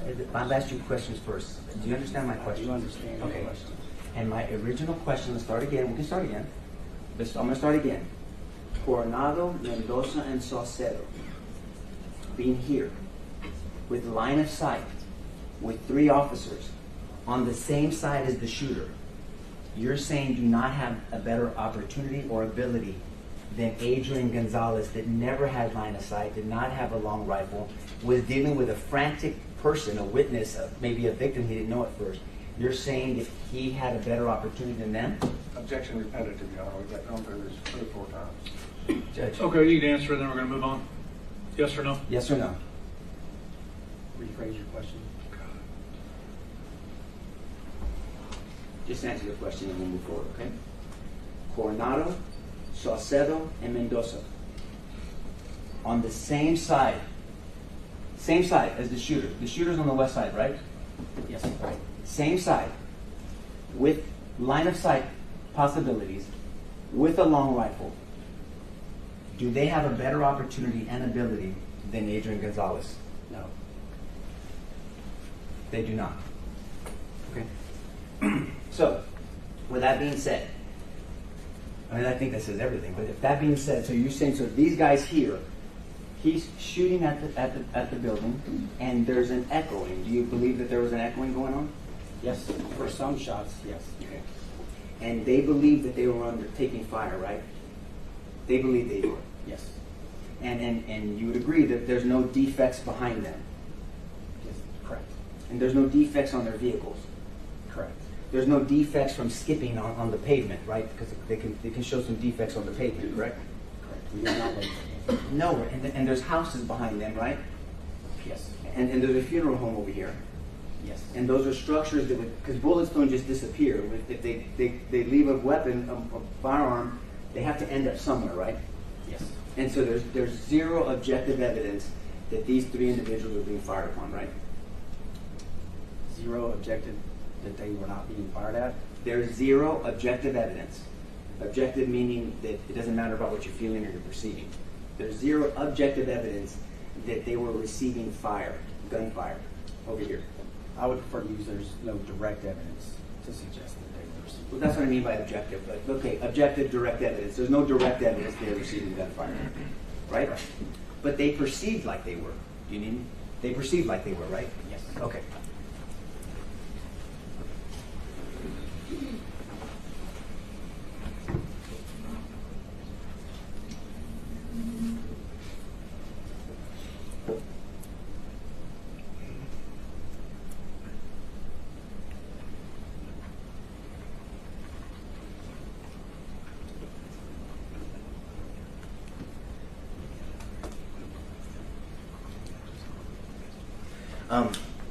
Let me represent to you, and maybe you know through your investigation, that Saucedo told Coronado, "I think I see him. Can I take a shot? I'm gonna take fire. I'm gonna take a shot at him." You knew that. I did. Okay. And so that we know now, we knew then, we've known the whole time, that Saucedo saw the shooter. According to his interview, it appeared as if he saw the shooter. Right. And matter of fact, he asked to shoot this shooter, but you know through your training that an officer doesn't have to ask for permission if they feel like they have the need and the facts scenario that gives them the authority to shoot, right? Legally, according to Chapter 9 of Texas Penal Code, no, they don't. And departmental policies may. Your Honor, I'm having trouble hearing the witness's answers. If Mr. Hood could sit down when he asks the question. I'm sorry, I'm just having trouble hearing. You can probably pull that microphone. If you're talking that way or looking at that diagram, just pull it down. Where does the government want me to sit to ask my questions, Judge? I'll sit there. Where do you guys Well, want I me to mean, the sit? local rules are questions are asked from the council table I'm- unless you're utilizing a diagram or Well, approaching the I was witness. about to, but I understand that I'm making them uncomfortable, so I'll go over here. Whatever. And I haven't objected to the sidebar. Well, Your you can Honor. object all you I was want. just asking. I'll sustain the objection to both, to the sidebar, and let's get a witness question on the table, We're please. trying to. So what, make sure you speak into the microphone for them. And so we know that Saucedo asked for permission, and you mentioned Chapter 9. You're specifically talking about 931 and 933, right? Yes. Of the Texas Penal Code. Self-defense and then defense of third person. And the deadly force. And use of deadly force, yes, when you get there, proportionate use of deadly force, right? And so under 931, 933, and in the whole chapter, you don't ask for permission if the situation, if you have a reasonable belief of apparent danger and is it imminent, then you can use force proportional to what you feel that you're receiving. right? Technically, yes. Well, it's legally, it's not technically. Legally, that's the fact, that's the state, that's the standard, right? Legally, yes, but departmental policies may be different. I understand, but let's talk about the law, because every department is different, Correct. right? And you know, Sergeant Coronado thought that was ridiculous for him to be asking for permission to use force if it was necessary. You knew that, right? I was not aware of that. Okay, well, he testified to that. And so you have Officer Saucedo that had the opportunity because he saw the shooter, had the ability because he had a long rifle, but he didn't take it, right? Correct. He had opportunity and did not take the shot. And ability meaning he had a long rifle. I mean, that's different than a handgun. It is different, yes, correct. And so having opportunity and ability, he could have distracted, deterred, and stopped, denied the shooter entrance into the west side of that building, correct? Yes. Okay. And we're still dealing with Adrian on the other side, dealing with a frantic person that could have been a victim or not, was a witness, hearing shots, calling them in, right? Calling them in at right here at 11:32:09, right? Yes. Repetitive again, Your Honor. About the fourth time. All right, I'll sustain the objection. Give me a list of questions you want me to ask him. Which ones? Which ones? What do you want me to ask him? Pass the witness. No, not a chance. Not a chance, brother. Not a chance. I know it's hurting you. And so that we have that at 11. So then at 11:32:58, we've talked about now that the shooter's inside the building. Now let's talk about what everybody does once the shooter makes it in the building. Okay, I want to direct your attention to that. Okay. So we have the fact that the shooter enters the building. Now Adrian doesn't know he entered the building, correct? We know that now.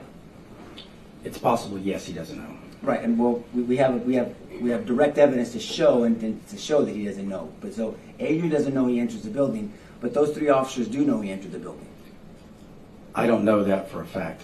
Well, they interviewed, right? Saucedo and Mendoza and Coronado, they all interviewed. You know that. I know, yes. Okay. And they all said that they saw him enter the building, but they thought he was going to run through the building. I'm going to object to that. That's a misstatement of the facts, Your Honor. Well, he can say no then. Okay, ladies and gentlemen, rely on your own recollection of the evidence. Proceed. Well, you reviewed their interviews, right? 3 years ago, I reviewed their interviews. I don't recall the specifics. You're here to testify in front of this jury. We're talking about your critical timeline, and so the last time you reviewed them was 3 years ago. When I created more so the synchronization products, that's based on the video and audio evidence extracted from those files. But you're part of the investigative team, right? I had a part in the investigation, yes. But you know that Mendoza and Saucedo and Coronado interviewed, right? I do know that they interviewed, yes. And they believed that this shooter was going to run through the building. I don't recall what they said in their interview. They knew that he made it in the building, though. There was radio traffic shortly after the shooter made it into the building that said, "I think he made it in the building, guys." Yeah, and that wasn't Adrian that said that? It was not. Okay. And at the time that radio said, I think the shooter made it in the building, there was a gunfire right after that, right? At the same time. Look at your timeline, please.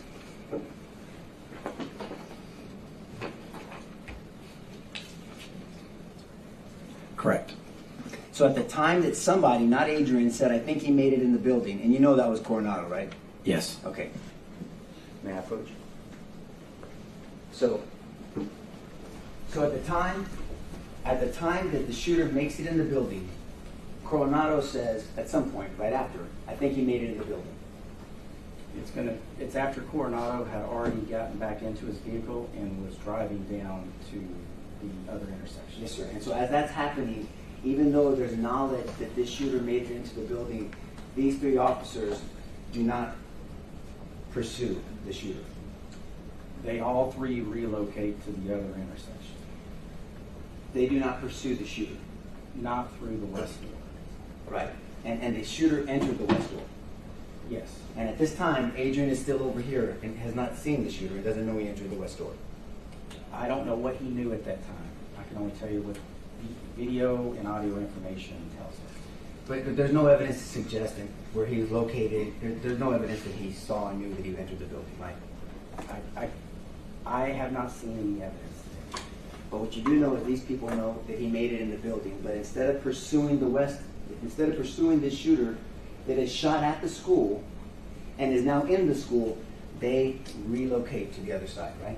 I don't know that they knew he made it into the fourth grade district. So, you understand? He is shooting up the west side of the building, right? Yes. One of the three says, I think he made it in the building, right? That's after they had started to relocate. But does your investigation indicate where they thought he went? That particular radio traffic was Sergeant Coronado saying, I think he made it into the building, guys. I know, but is it, I agree with that part. But is there any part of your investigation that indicates with these three officers, where did they think he went? I mean, he didn't just disappear, right? I would not think that they would have thought he just disappeared. Right. So there's a man shooting at a school, and then one of the three knows he made it in the school, and everybody drives off and relocates. Can we look at the other diagram that has the vehicle Which one? locations? Which one? I'll look at whichever one you want to. Which one? Come pick it up.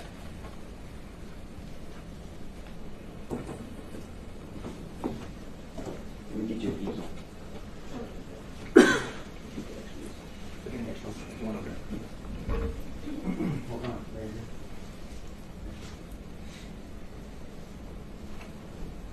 Where do you want to put it? go. Wherever you want to, son. Is this the one? Yes. Okay. Yes, sir. Can you hear me okay? So, on the day of the shooting, these parking spaces were occupied. These parking spaces were occupied. Depending on what obstructions they had here and how they were positioned, they were kind of kneeling down, at least what we saw from Coronado's dash cam. There are obstructions between their line of sight and the west door. So it is possible that they could not see or did not see the shooter enter through the west door. And what do you think they thought? What does your investigation show? Because they know that there's a shooter shooting this portion, shooting at this side of the building, right? And then one of the three thinks he made it in. What does your investigation or the Rangers' investigation show? Where did they think he went? Where did they think he went? I don't know what they thought. Okay, but nobody asked them? I'm sure one of the interviewers did. And if, do you remember them saying they knew he went in, but they thought he was going to run through the building? I do recall hearing at one point about numerous bailouts that occurred in that area, and that sometimes they would be concerned about them running through the fourth grade building. But I'm not sure who said that. I understand, but there's some evidence, and maybe somebody else can test. Maybe they'll call them, but maybe there's some evidence. There's evidence that they thought he was going to run through the building, right? I can't attest to that. Okay. I don't recall it. But regardless, we know that these three, because it's in your animation, these three blue things that are supposed to be the cop cars, instead of going to the west side door, they do this at different times, and they drive all the way around. Correct? Correct. Sergeant Coronado, when he was, and I'm having to approximate this, somewhere in this area is when he gets on his radio and says, I think he made it into the building, guys. And then instead of going to the building, these two relocate also. They all three, with Sergeant Coronado leading, follow and drive up here and take up different positions in that area. And so there had been shooting already by that time, Yes, and so they didn't go to the shooting.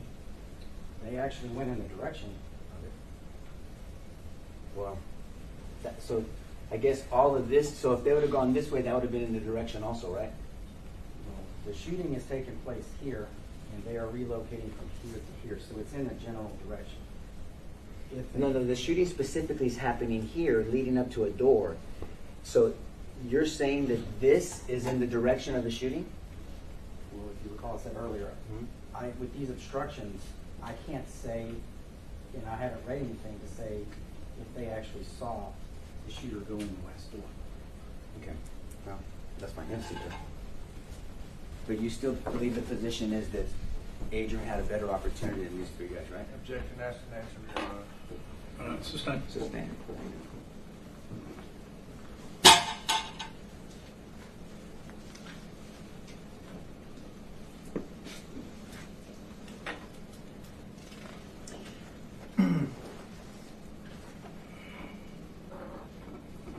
Now, as Coronado, we saw the video, but as Sergeant Coronado's relocating,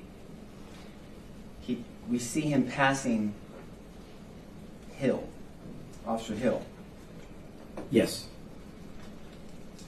And I anticipate the government asking you that Officer Hill was dispatched to a certain location, right? Yes. And you talked to him about that on break? Yes. So they kind of anticipated this line of questioning. They said, well, where was he located? So you guys discussed where Hill was dispatched to, right? No, I already knew where he was dispatched to. I just didn't. But they wanted to talk about that with you. Correct? You can answer. There's no attorney-client privilege here. We did talk about that, yes. Okay. So can we go to 11/29/36 in your timeline?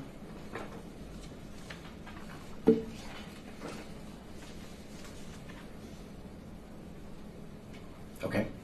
So that's Hill specifically was dispatched to 715 Old Carrizo's Road, right? Yes. Had one vehicle accident. Was there a vehicle accident at that location? No. But that's the same transmission that every officer heard, right? It was broadcast. So what I'm saying is, so whoever had the right station set would have heard the same thing. And was listening to the radio. Right. And so Adrian didn't get something different. He got the same broadcast, if you heard it, as Officer Hill. Possibly, yes. But instead of going to a corner and standing there, Adrian drives onto the campus, right? With the same dispatch information. He does. He came from the opposite direction. And he goes into it and he hears shots fired, be advised, shots fired, right? That was broadcasted. Yes, So, I'm just- and then he relays the shots fired. No, I know that, but I'm going off your critical timeline here. So that was Adrian heard the same thing as Officer Hill did, right? Which time are you still looking at 11/29/36? I haven't moved from 11/29/36, sir. Yes, sir. I don't know if Mr. Gonzales heard that transmission. I can only say that it was broadcast by dispatch. Well, he drove. Objectively, we know that he obviously drove 2 shots fired, or what he thought was shots fired. That or a crash.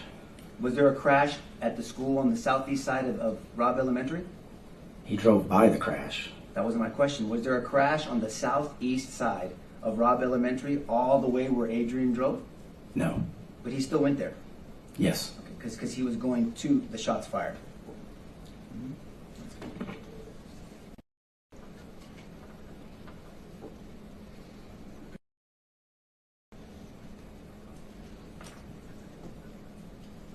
So if you're testifying that you can't say for sure if Adrian heard this, right? I don't know. Okay. So then other broadcasts that they ask you about, you can't tell this jury if Adrian heard that either. I don't. Correct. I can't. Only if somebody acknowledges can you get confirmation that they heard the radio transmission. I understand. But we do know that we can see, because the jury's seen this, Coronado, when we see Officer Hill staying there, and I won't go over that again because we've talked about that, and then we know when he eventually, 25 minutes later, makes it into the building. And then Coronado parks his car, right? Now, all this time, because in your animation, and look, it sounds horrible. It bothered all of us to hear it, because you hear the shots, and you're trying to use your opinions of putting the best thing together, with limited information. But that doesn't take into account Miss Flores being with Adrian, right? Because that's not in your calculation. Correct. Yeah, and that part's not your fault because you didn't know, right? Correct. Okay, and so, but at that time he's still dealing with that, and then we see Officer Coronado coming around. Have you reviewed body cam from Mendoza? Which Mendoza? Good question. There's Justin and there's Jesus, right? Correct. Jesus Mendoza. I have. And is that anywhere in the reports that we can review? It would be in the large drive of files that we turned over. And so Mendoza's in your thinking, Mendoza's body cam starts at exactly the same time as Coronado's body cam, correct? 11:35:10. I don't recall when Jesus Mendoza's body camera starts. I'd have to look it up, but I know Coronado's started at 11:35:10. Can you verify? Because Mendoza starts at 11:35:10, but I want you to check my homework.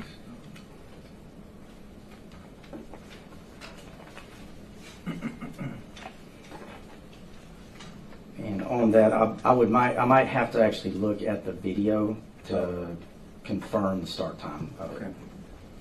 Okay, but if it started at 11:35:10, exactly at the same moment as Coronado's, would that how do you recall how that could happen? How two officers in completely different locations start their body cams at exactly the same second? Do you have any explanation for that? Coincidence? Okay. Because we don't have any body cam from that corner, do we? Which corner? Good question. The one of Groves and Geraldine, where those three officers were there when they had line of sight? Correct, we do not. And that would have helped us because then we could have potentially heard from their body cam Mr. Limones and anybody from the funeral home yelling instructions. He's in the building. He's in the building, if they were saying things like that, right? Yes.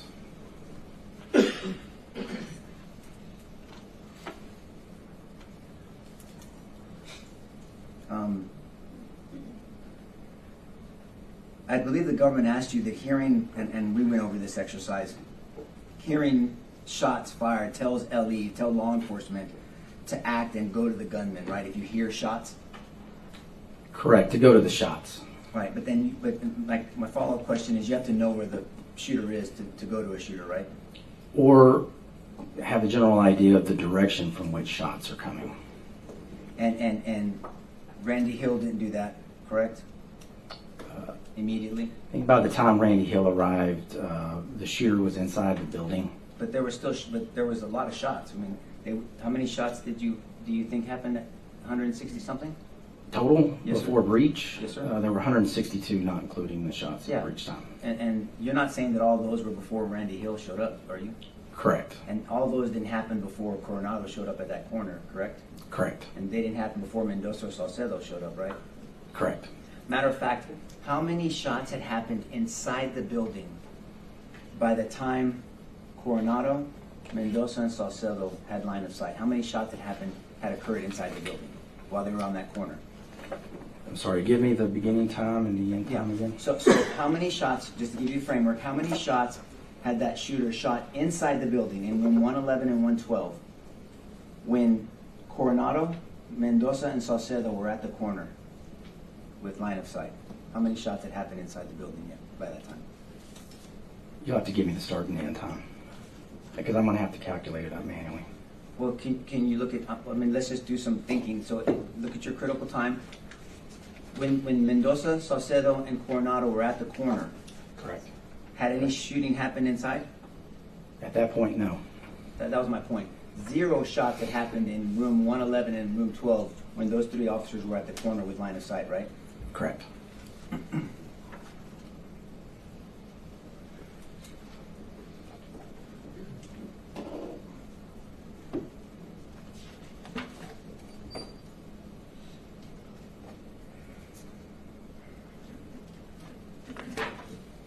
Now I want to direct your attention to your animation.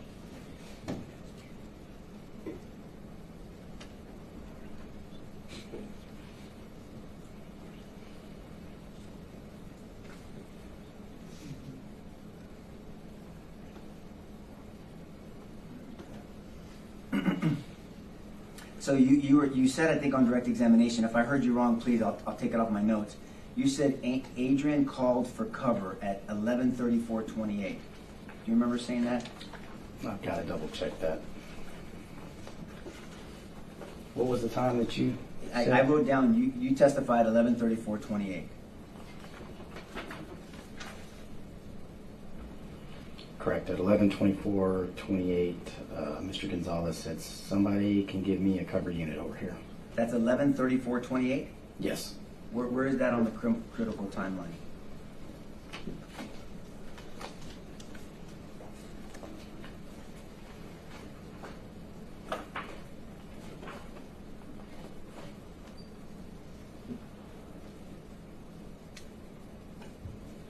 It's not on this version of the criminal timeline. Is there another version that I don't know about? No. So why isn't it on this version? It was a time I created a spreadsheet of all of the radio traffic that with the times adjusted. And that particular file that contained that communication by Mr. Gonzales was noted on that spreadsheet. Can I look at that spreadsheet? Is there a way for me to look at it? How can I? I have it right here. Did you give it to the government? Yes, it's included in the. When did you give that information to the government? That would have been turned over, I believe, September of 2024. 2024? Or, I believe, 2024, yeah.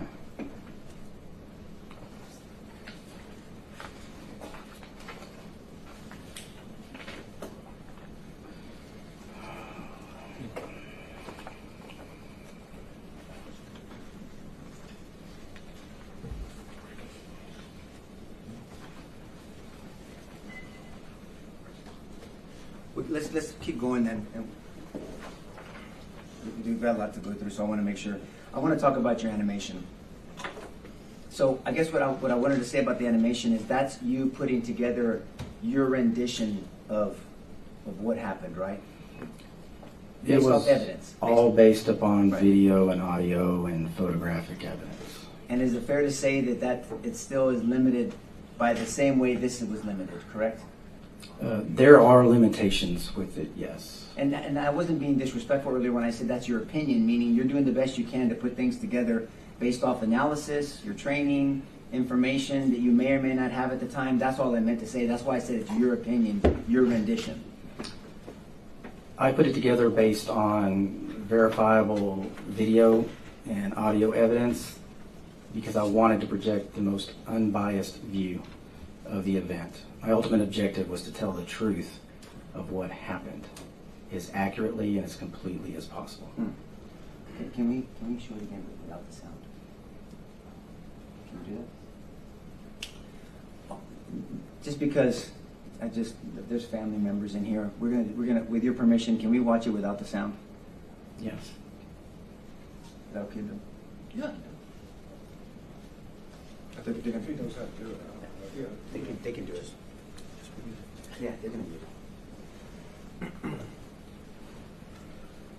Do you mind if I ask you when to stop? Sure. So thank you. We can play.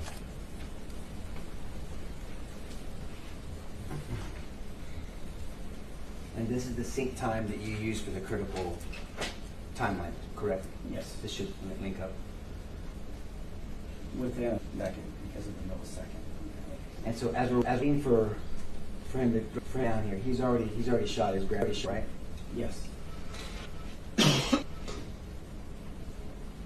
Right.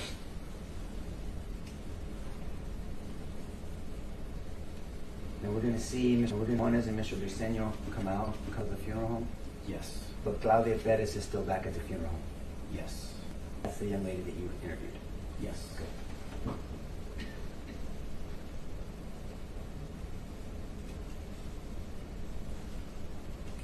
Now at 11:29:30 is when dispatch puts out Randy Hill that there's been an accident and then shots fired. Is that correct? Yes.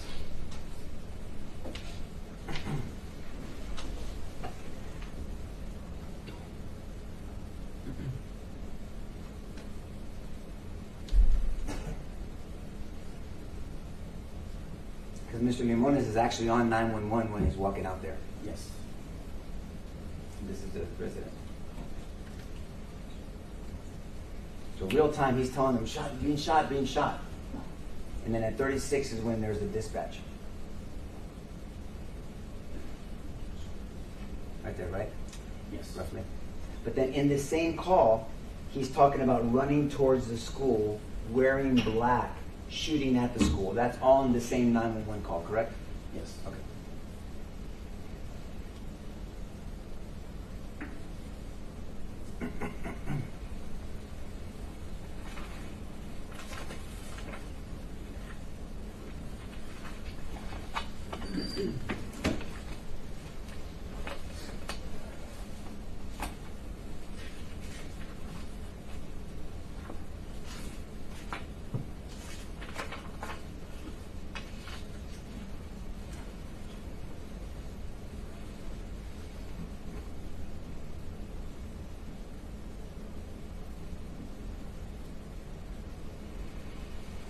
you guys stop it at 11:30:58 the best you can, please?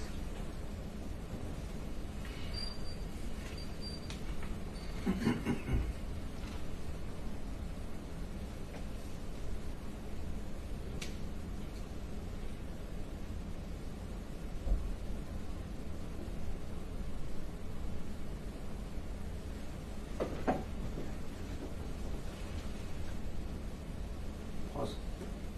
Thank you. So by this time, there's been a dispatch to Randy Hill that shots have been fired.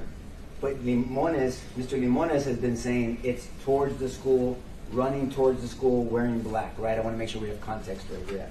Yes, and there's a simultaneous 911 call from Amy. Ain't no Medellin, correct. And there's another person in the same room. It's very interesting there that they have people just answering phones and dispatching at the same time, right? Right. Now, in just 2 minutes, the shooter makes it in the building. In 2 minutes from here, he's in the building. So this is very quickly. Yes. Okay. If you can keep playing, please.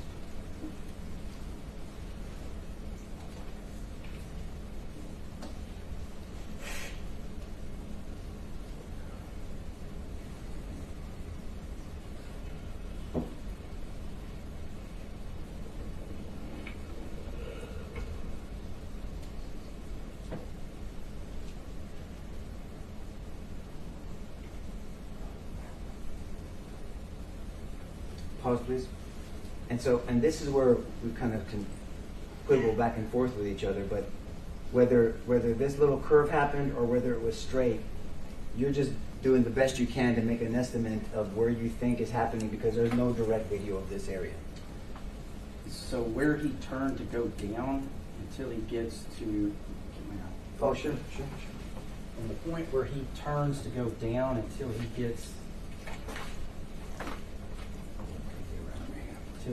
to this point, it's a point to point. I noted the time when he was roughly in this area and the time when he roughly gets to that area, and so this animation draws out at an average pace. But there's no way to objectively for sure verify that he was there versus here. I mean, there's no gun shells, there's no footprints, right? Not through that, but we do have certain features that are observable from this video. The same video that the jury has seen from the funeral home, right? That angle.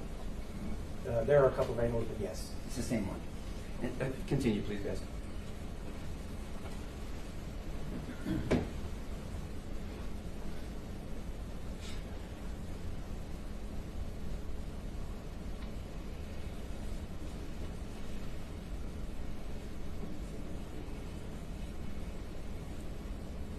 Pause, please. Okay, so you're saying that you believe he was standing exactly right there, and Adrian, because of tunnel vision, drove right by him. Based off what you're saying. That's a strong Possibility. Fair enough. Continue, please.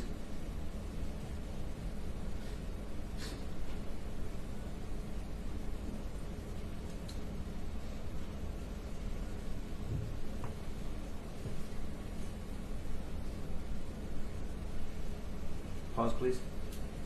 Now you're aware that where you put the X's, where you put the shooter was, the shooter was, that's where the shells were found, right? They're not found further up. They're found on this because the reason why the pictures that the jury has seen, it's in evidence seen. We see the grass line versus the pavement, the parking lot. We have the pictures, so that's where the shells were, right? I made the X large enough to encompass the area where the general area where the cartridge casings were, and any other general area where the origin of those fired cartridge casings could be. But X just denotes that shots were fired in that general location. Well, but literally the X denotes where the shells were found, and that's what the really X denotes, right? And possibly where the shots originated from. Well, we went through this exercise, right? Where shells are, that means the shooter is not where the shells are, right? Correct. Okay, and so we talked about this, went back and forth, so we're going to give some ranges. On the low side, 2 to 4 feet. On the high side, 10 to 15 feet. You say 10, others say 15. 15. Anywhere between 15. 4 to 10 to 15 feet to the left, where a shooter would be if there's shell casings right here, right? I'm giving the range. Can I stay right there? Sure. So the fired cartridge casings for this in particular were located in this area. So to place the X in the approximate general location to the left and slightly forward of where the origin of the rifle that fired those shots would possibly have been. But just to be clear, the shells were found here. They were actually found slightly over to the right. The jury has the pictures. Okay. And so all I'm saying is if the shells are here, we have the pictures, then somebody who shot those shells typically would be 4 to 10 to 15 feet to the left of it. I would say between 4 to 10 feet. But others would say 4 to 15 feet. Not others. I understand that. So you say 10, so it could be 10 feet, but it would not be here, the shooter, right?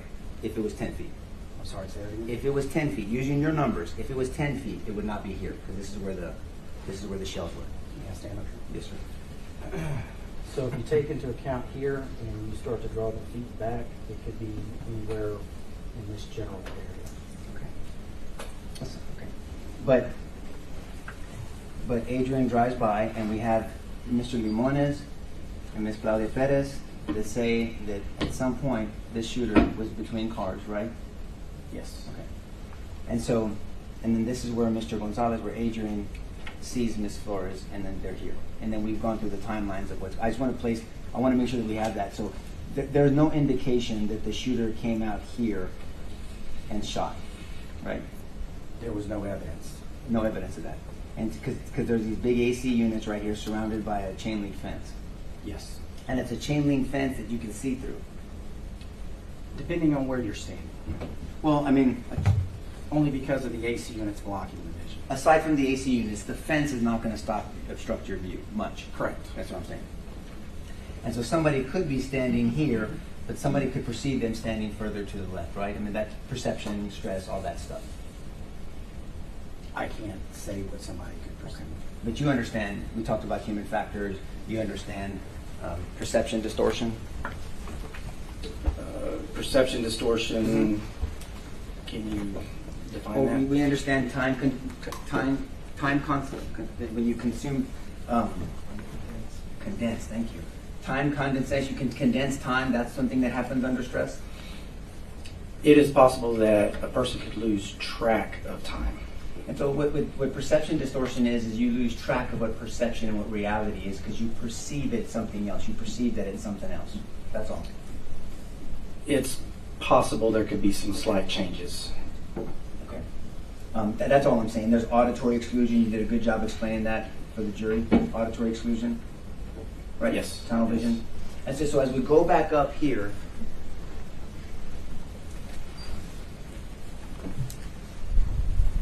if you can play it, please. There are a number of rounds shot into the building, correct? Yes.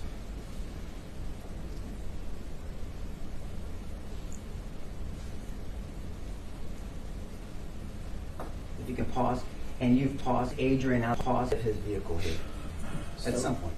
He's placed outside the vehicle, however, not exactly. I understand, but that's why I was asking you earlier about Ms. Flores, because that 2 to 7 minutes would be important for you to make this assessment about what he was or wasn't doing during this time, correct? Correct. Okay, continue, please.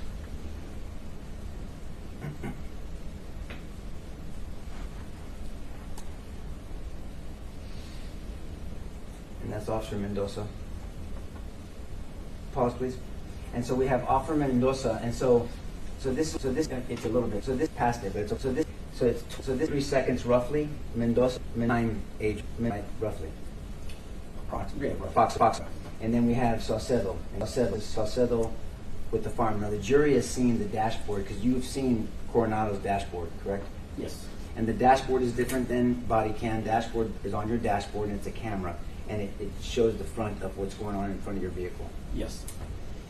But Coronado had a body cam and so did Mendoza. We don't have body cam from the corner, from either one of them. Correct. There is dash camera video from the vehicle that Saucedo was driving. Not the clearest, but there's dash camera. Okay.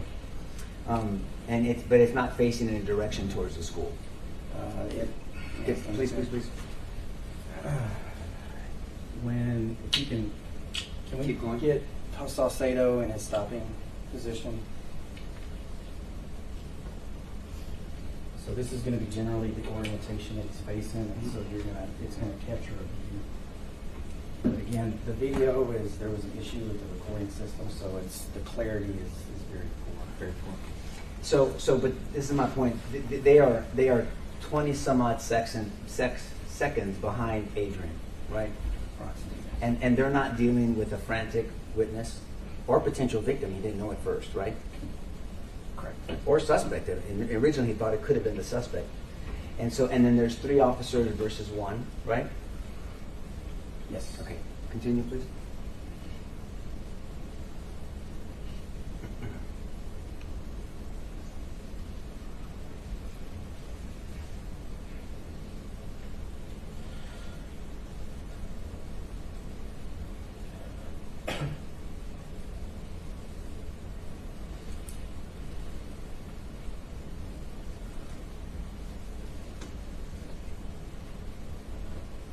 Pause, please. All that time, the shooter was shooting up the school, The exterior, yes. and they were right there. And at some point in that time, Saucedo asked to shoot that guy. At some point. We don't know when, right? Correct. But before he made it into the school, right? Correct. So for this 30 some odd seconds, you had individuals here, we saw the video, they were taking cover and they weren't being shot at. We can criticize that if we want to. But they didn't act to stop the shooter from getting into school.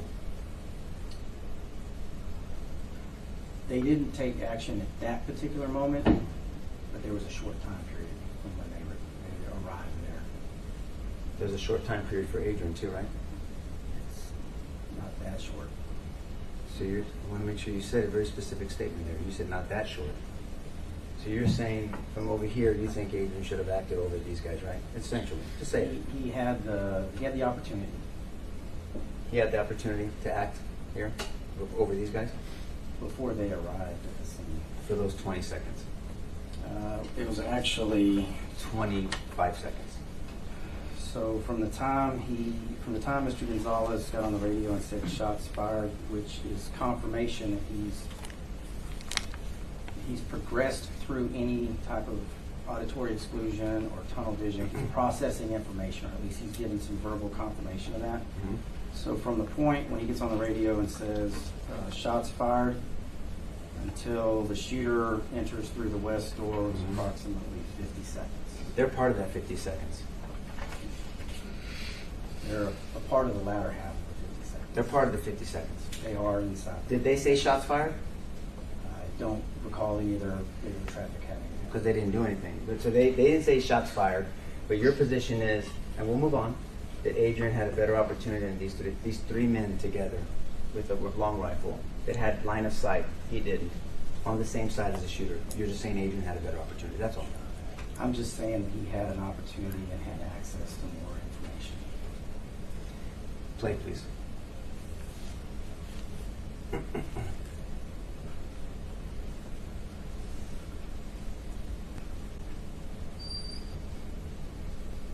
And this shooter's in the building, and they're not going that door, are they?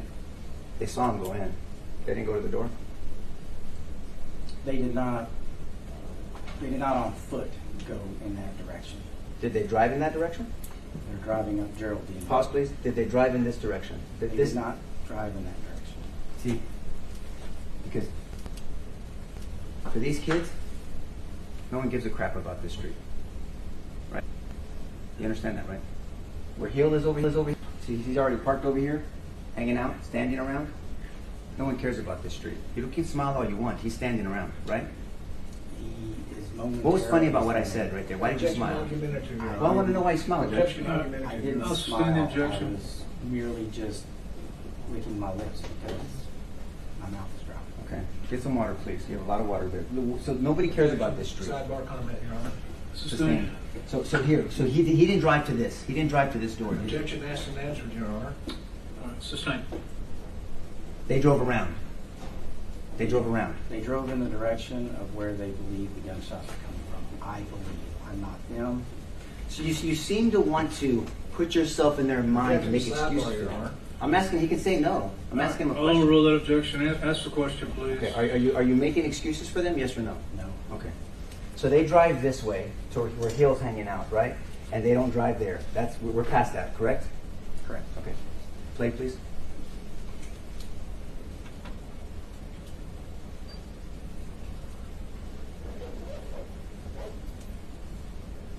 Pause. So what time did he start assaulting those children at that door? I have to It's look. 11:33:22. Verify, please, because I don't want anybody saying that.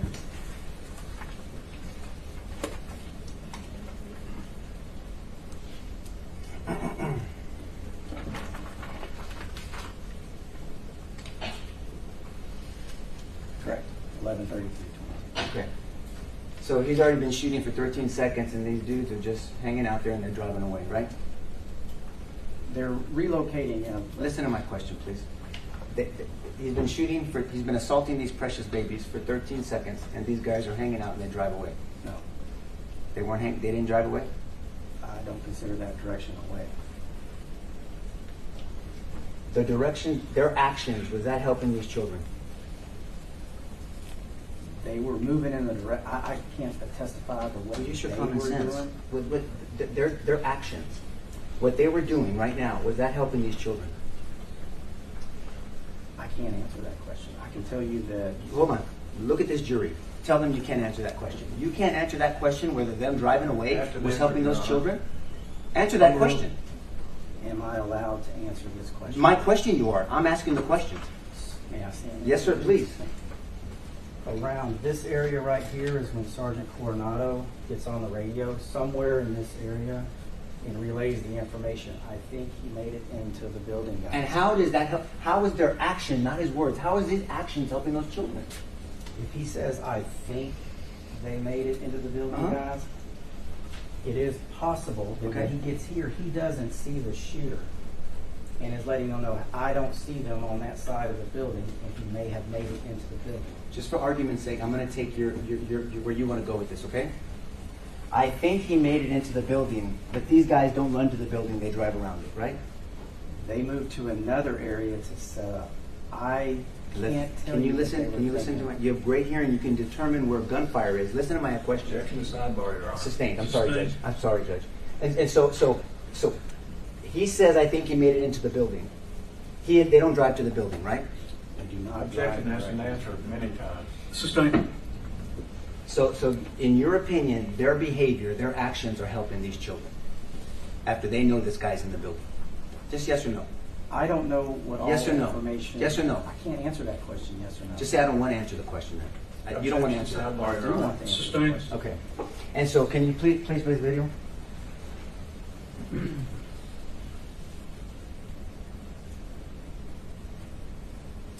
A lot of shooting going on right now, right?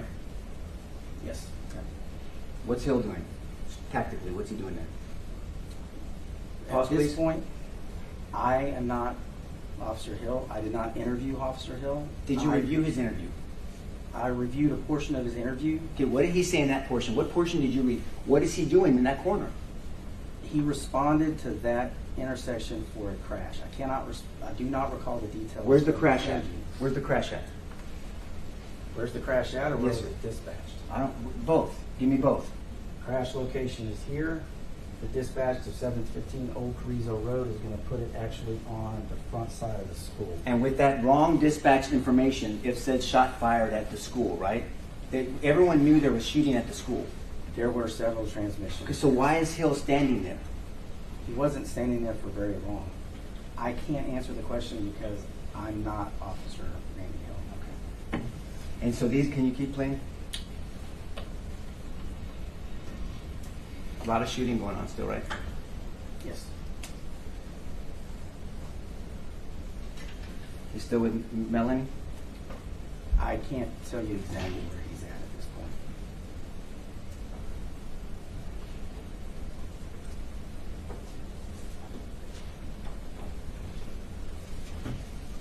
Now, pause please. Now, out of all these officers, how many of them knew? How many knew that the shooter was in the building? I don't know. Well, you knew these three did, right? Or you don't know that either? I don't know what they heard on the radio. So you don't know what anybody heard on the radio, you just know what's dispatched? I know what was dispatched, and if there's not an acknowledgement on the radio by the receiving officer, you can't confirm that they received the information. Play, please.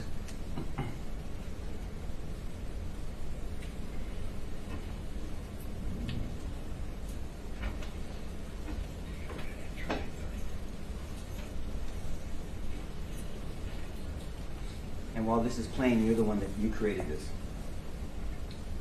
The animation? Yes, sir. Yes.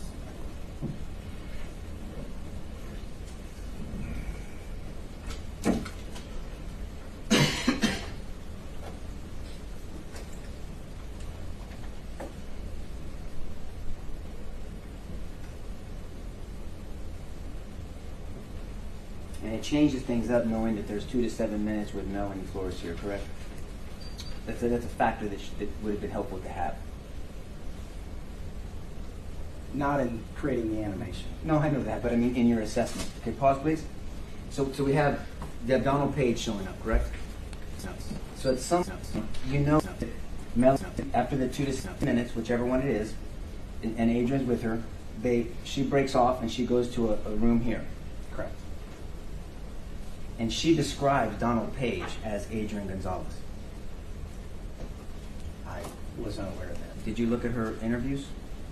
I looked at the initial interview and then did not look at any subsequent interviews. Her interviews and her testimony said that Adrian Gonzales was wearing khaki pants, a short white shirt, and had a full beard. Did you know that?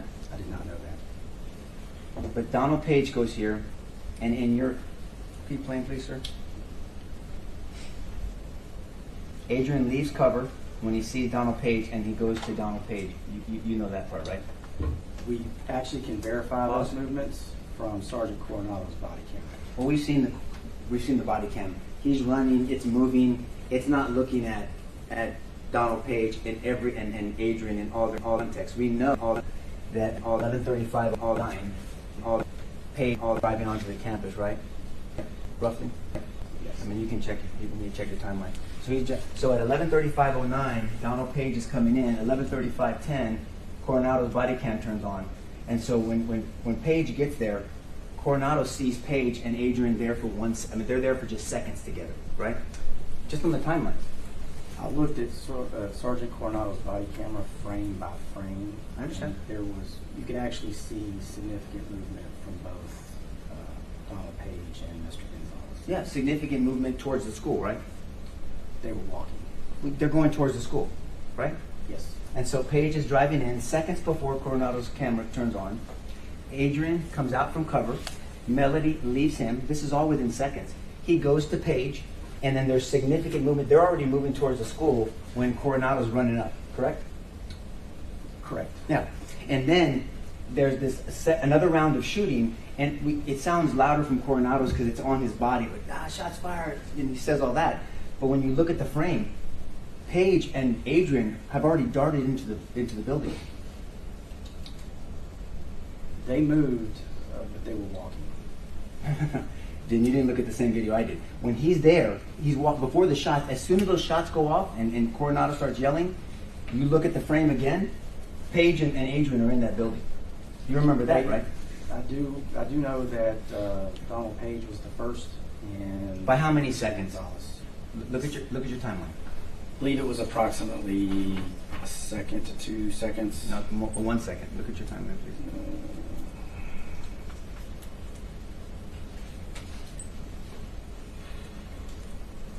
So the entry time for Mr. Gonzales was 11:35:48, and the entry time for Mr. Page was 11:35:46. Okay. But you understand that you know now that when they went there, and I guess someone can ask Page, that Adrian opened the door for him and then Page came in. And that happens tactically many times, right? I couldn't tell who opened the door. But tactically, when you have two people, that's a smart move. Somebody opens the door, someone comes in, and then the person that opened the door comes in behind them, right? Tactically. That is a tactical Okay. option. And so if that happened, that makes sense. Yes. But they essentially both came in at the same time. Very close. Okay.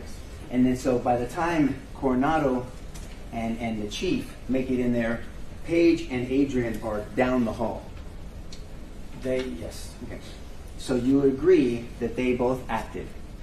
At that point, yes. They're acting, they're in, and they put themselves in danger by going in, running inside of the building. Yes. And you can see that the smoke from the firing of the AR-15. Yes. And you see Adrian's gun out, right? Yes. Side ready. And then there's Paige ahead of him, right?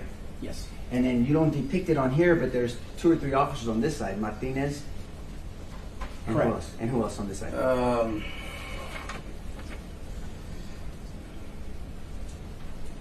Sergeant Canales Canales. and Lieutenant Martinez were the first 2 to enter the west door, and then there are other officers that came in very quickly after them.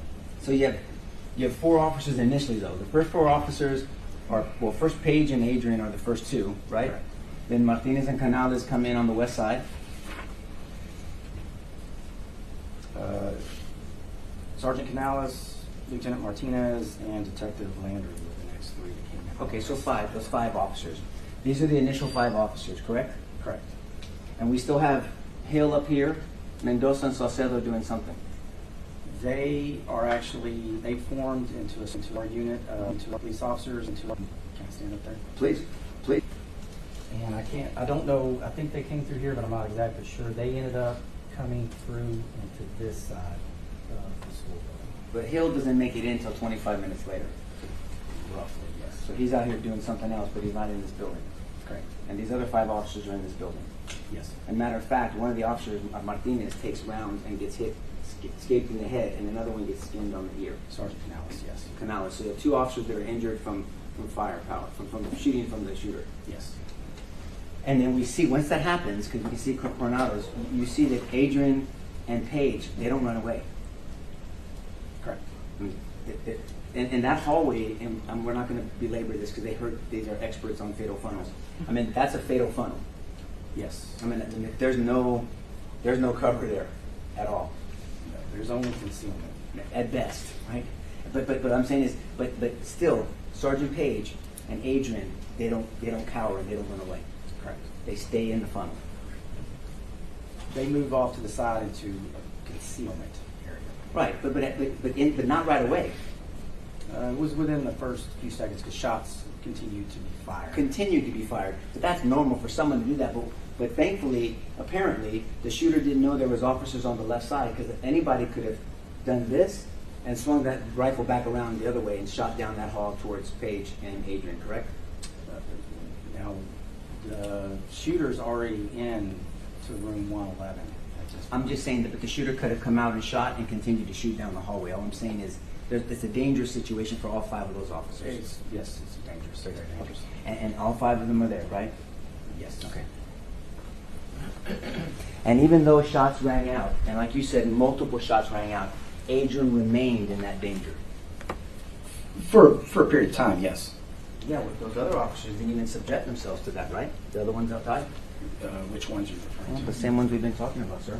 All these. The ones that formed a little huddle over here, they didn't go inside that building.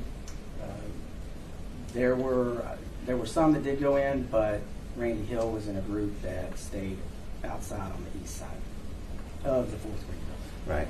And he was the one dispatched initially to do that first call, right? Yes.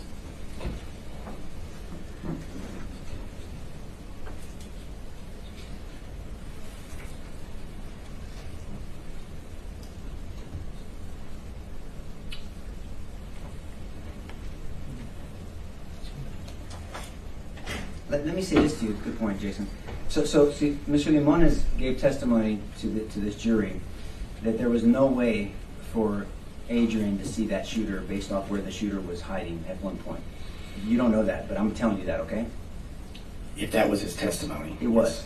But your animation puts the shooter, I mean, almost at Adrian's door as he's driving by, right? You would agree with that?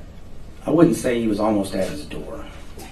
Well, that's what it looks like. Is that fair? I can't place him exactly, but it's going to be in the general area somewhat close, but I can't What I'm say saying for is, sure. if this jury didn't have this context of this back and forth, and they only looked at that animation, it could be perceived that the shooter is right at Adrian's door as he's driving by. Could be perceived that way. You can say no. I don't think it could be perceived that he was right at his door, but it could be perceived, rightfully so, that he was in the general area and fairly close. Okay.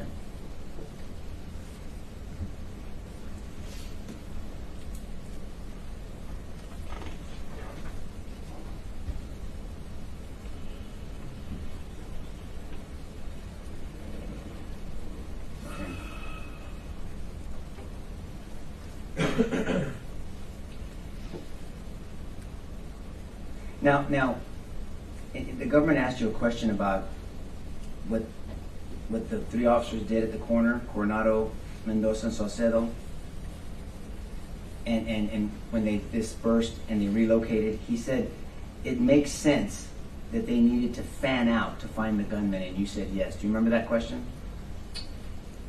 From the prosecution? Yes, sir, on direct examination. Yes. Do you understand what he meant by fan out? Are you talking about Mendoza, Saucedo, and That's where this Coronado? question came from, yes, sir. I wouldn't say necessarily a fan out, but we don't know at that point if any of those three officers, and Sergeant Coronado was in the front, actually saw the shooter enter through the west door. But we kind of do. That's what I'm saying. So I guess my question was, it makes sense to fan out to find the gunman. You didn't need to find the gunman. They knew exactly where he was. I don't know that they knew exactly where he was. They knew he was on the west side of the building. Objection, no, this is repetitive. Sustained. Now, there was a comparison between Saucedo and Gonzales, and he gave you different scenarios about what Saucedo knew and was available to him versus Gonzales, right? Yes. And I won't go through it all, but you still take the position that Adrian had a better opportunity and ability over Saucedo, correct? Objection, repetitive. That was a specific question he asked at the end of his direct examination, only about Saucedo, Judge. Okay. Let's see, wrap this up. I'll let you ask that question, but unfortunately, ladies and gentlemen, as much as I would love to finish this witness, and they've still got redirect to go, we're not going to be able to do it because that juror has to leave at 3 o'clock. So next week, clear your schedules because we're going to work from 8:30 to probably 5:30 every day. And if you want to bring your lunch and eat in the jury room, that's perfectly fine with me. All right? Finish up, Mr. Lee. Yes, sir. So your position is that Saucedo specifically had a better positioning and that Gonzales, Adrian had a better opportunity and ability than Saucedo. Initially, right after Adrian Gonzales parked, and more specifically when he was able to communicate over the radio that shots were fired, he's now to a point where he's processed the information. He is in a position where he can confront the threat outside along the west wall. He's already had the ability to process the shooting and to process the information, as opposed to the other three officers. But you're making that decision. He's processing that information in 25 seconds before they show up with no line of sight, right? That's your position. Well, he confirmed it with his radio transmission of He shots confirmed fired, hearing shots, right? which meant he could distinguish shots being fired. Well, anybody can distinguish a shot being fired. I'm just saying, but that didn't confirm he knew where it was at, right? Correct.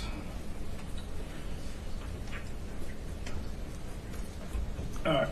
Want to see Mr. Goss huddling over there? I know it's going to be another 2 minutes. So, ladies and gentlemen, let's go ahead and break.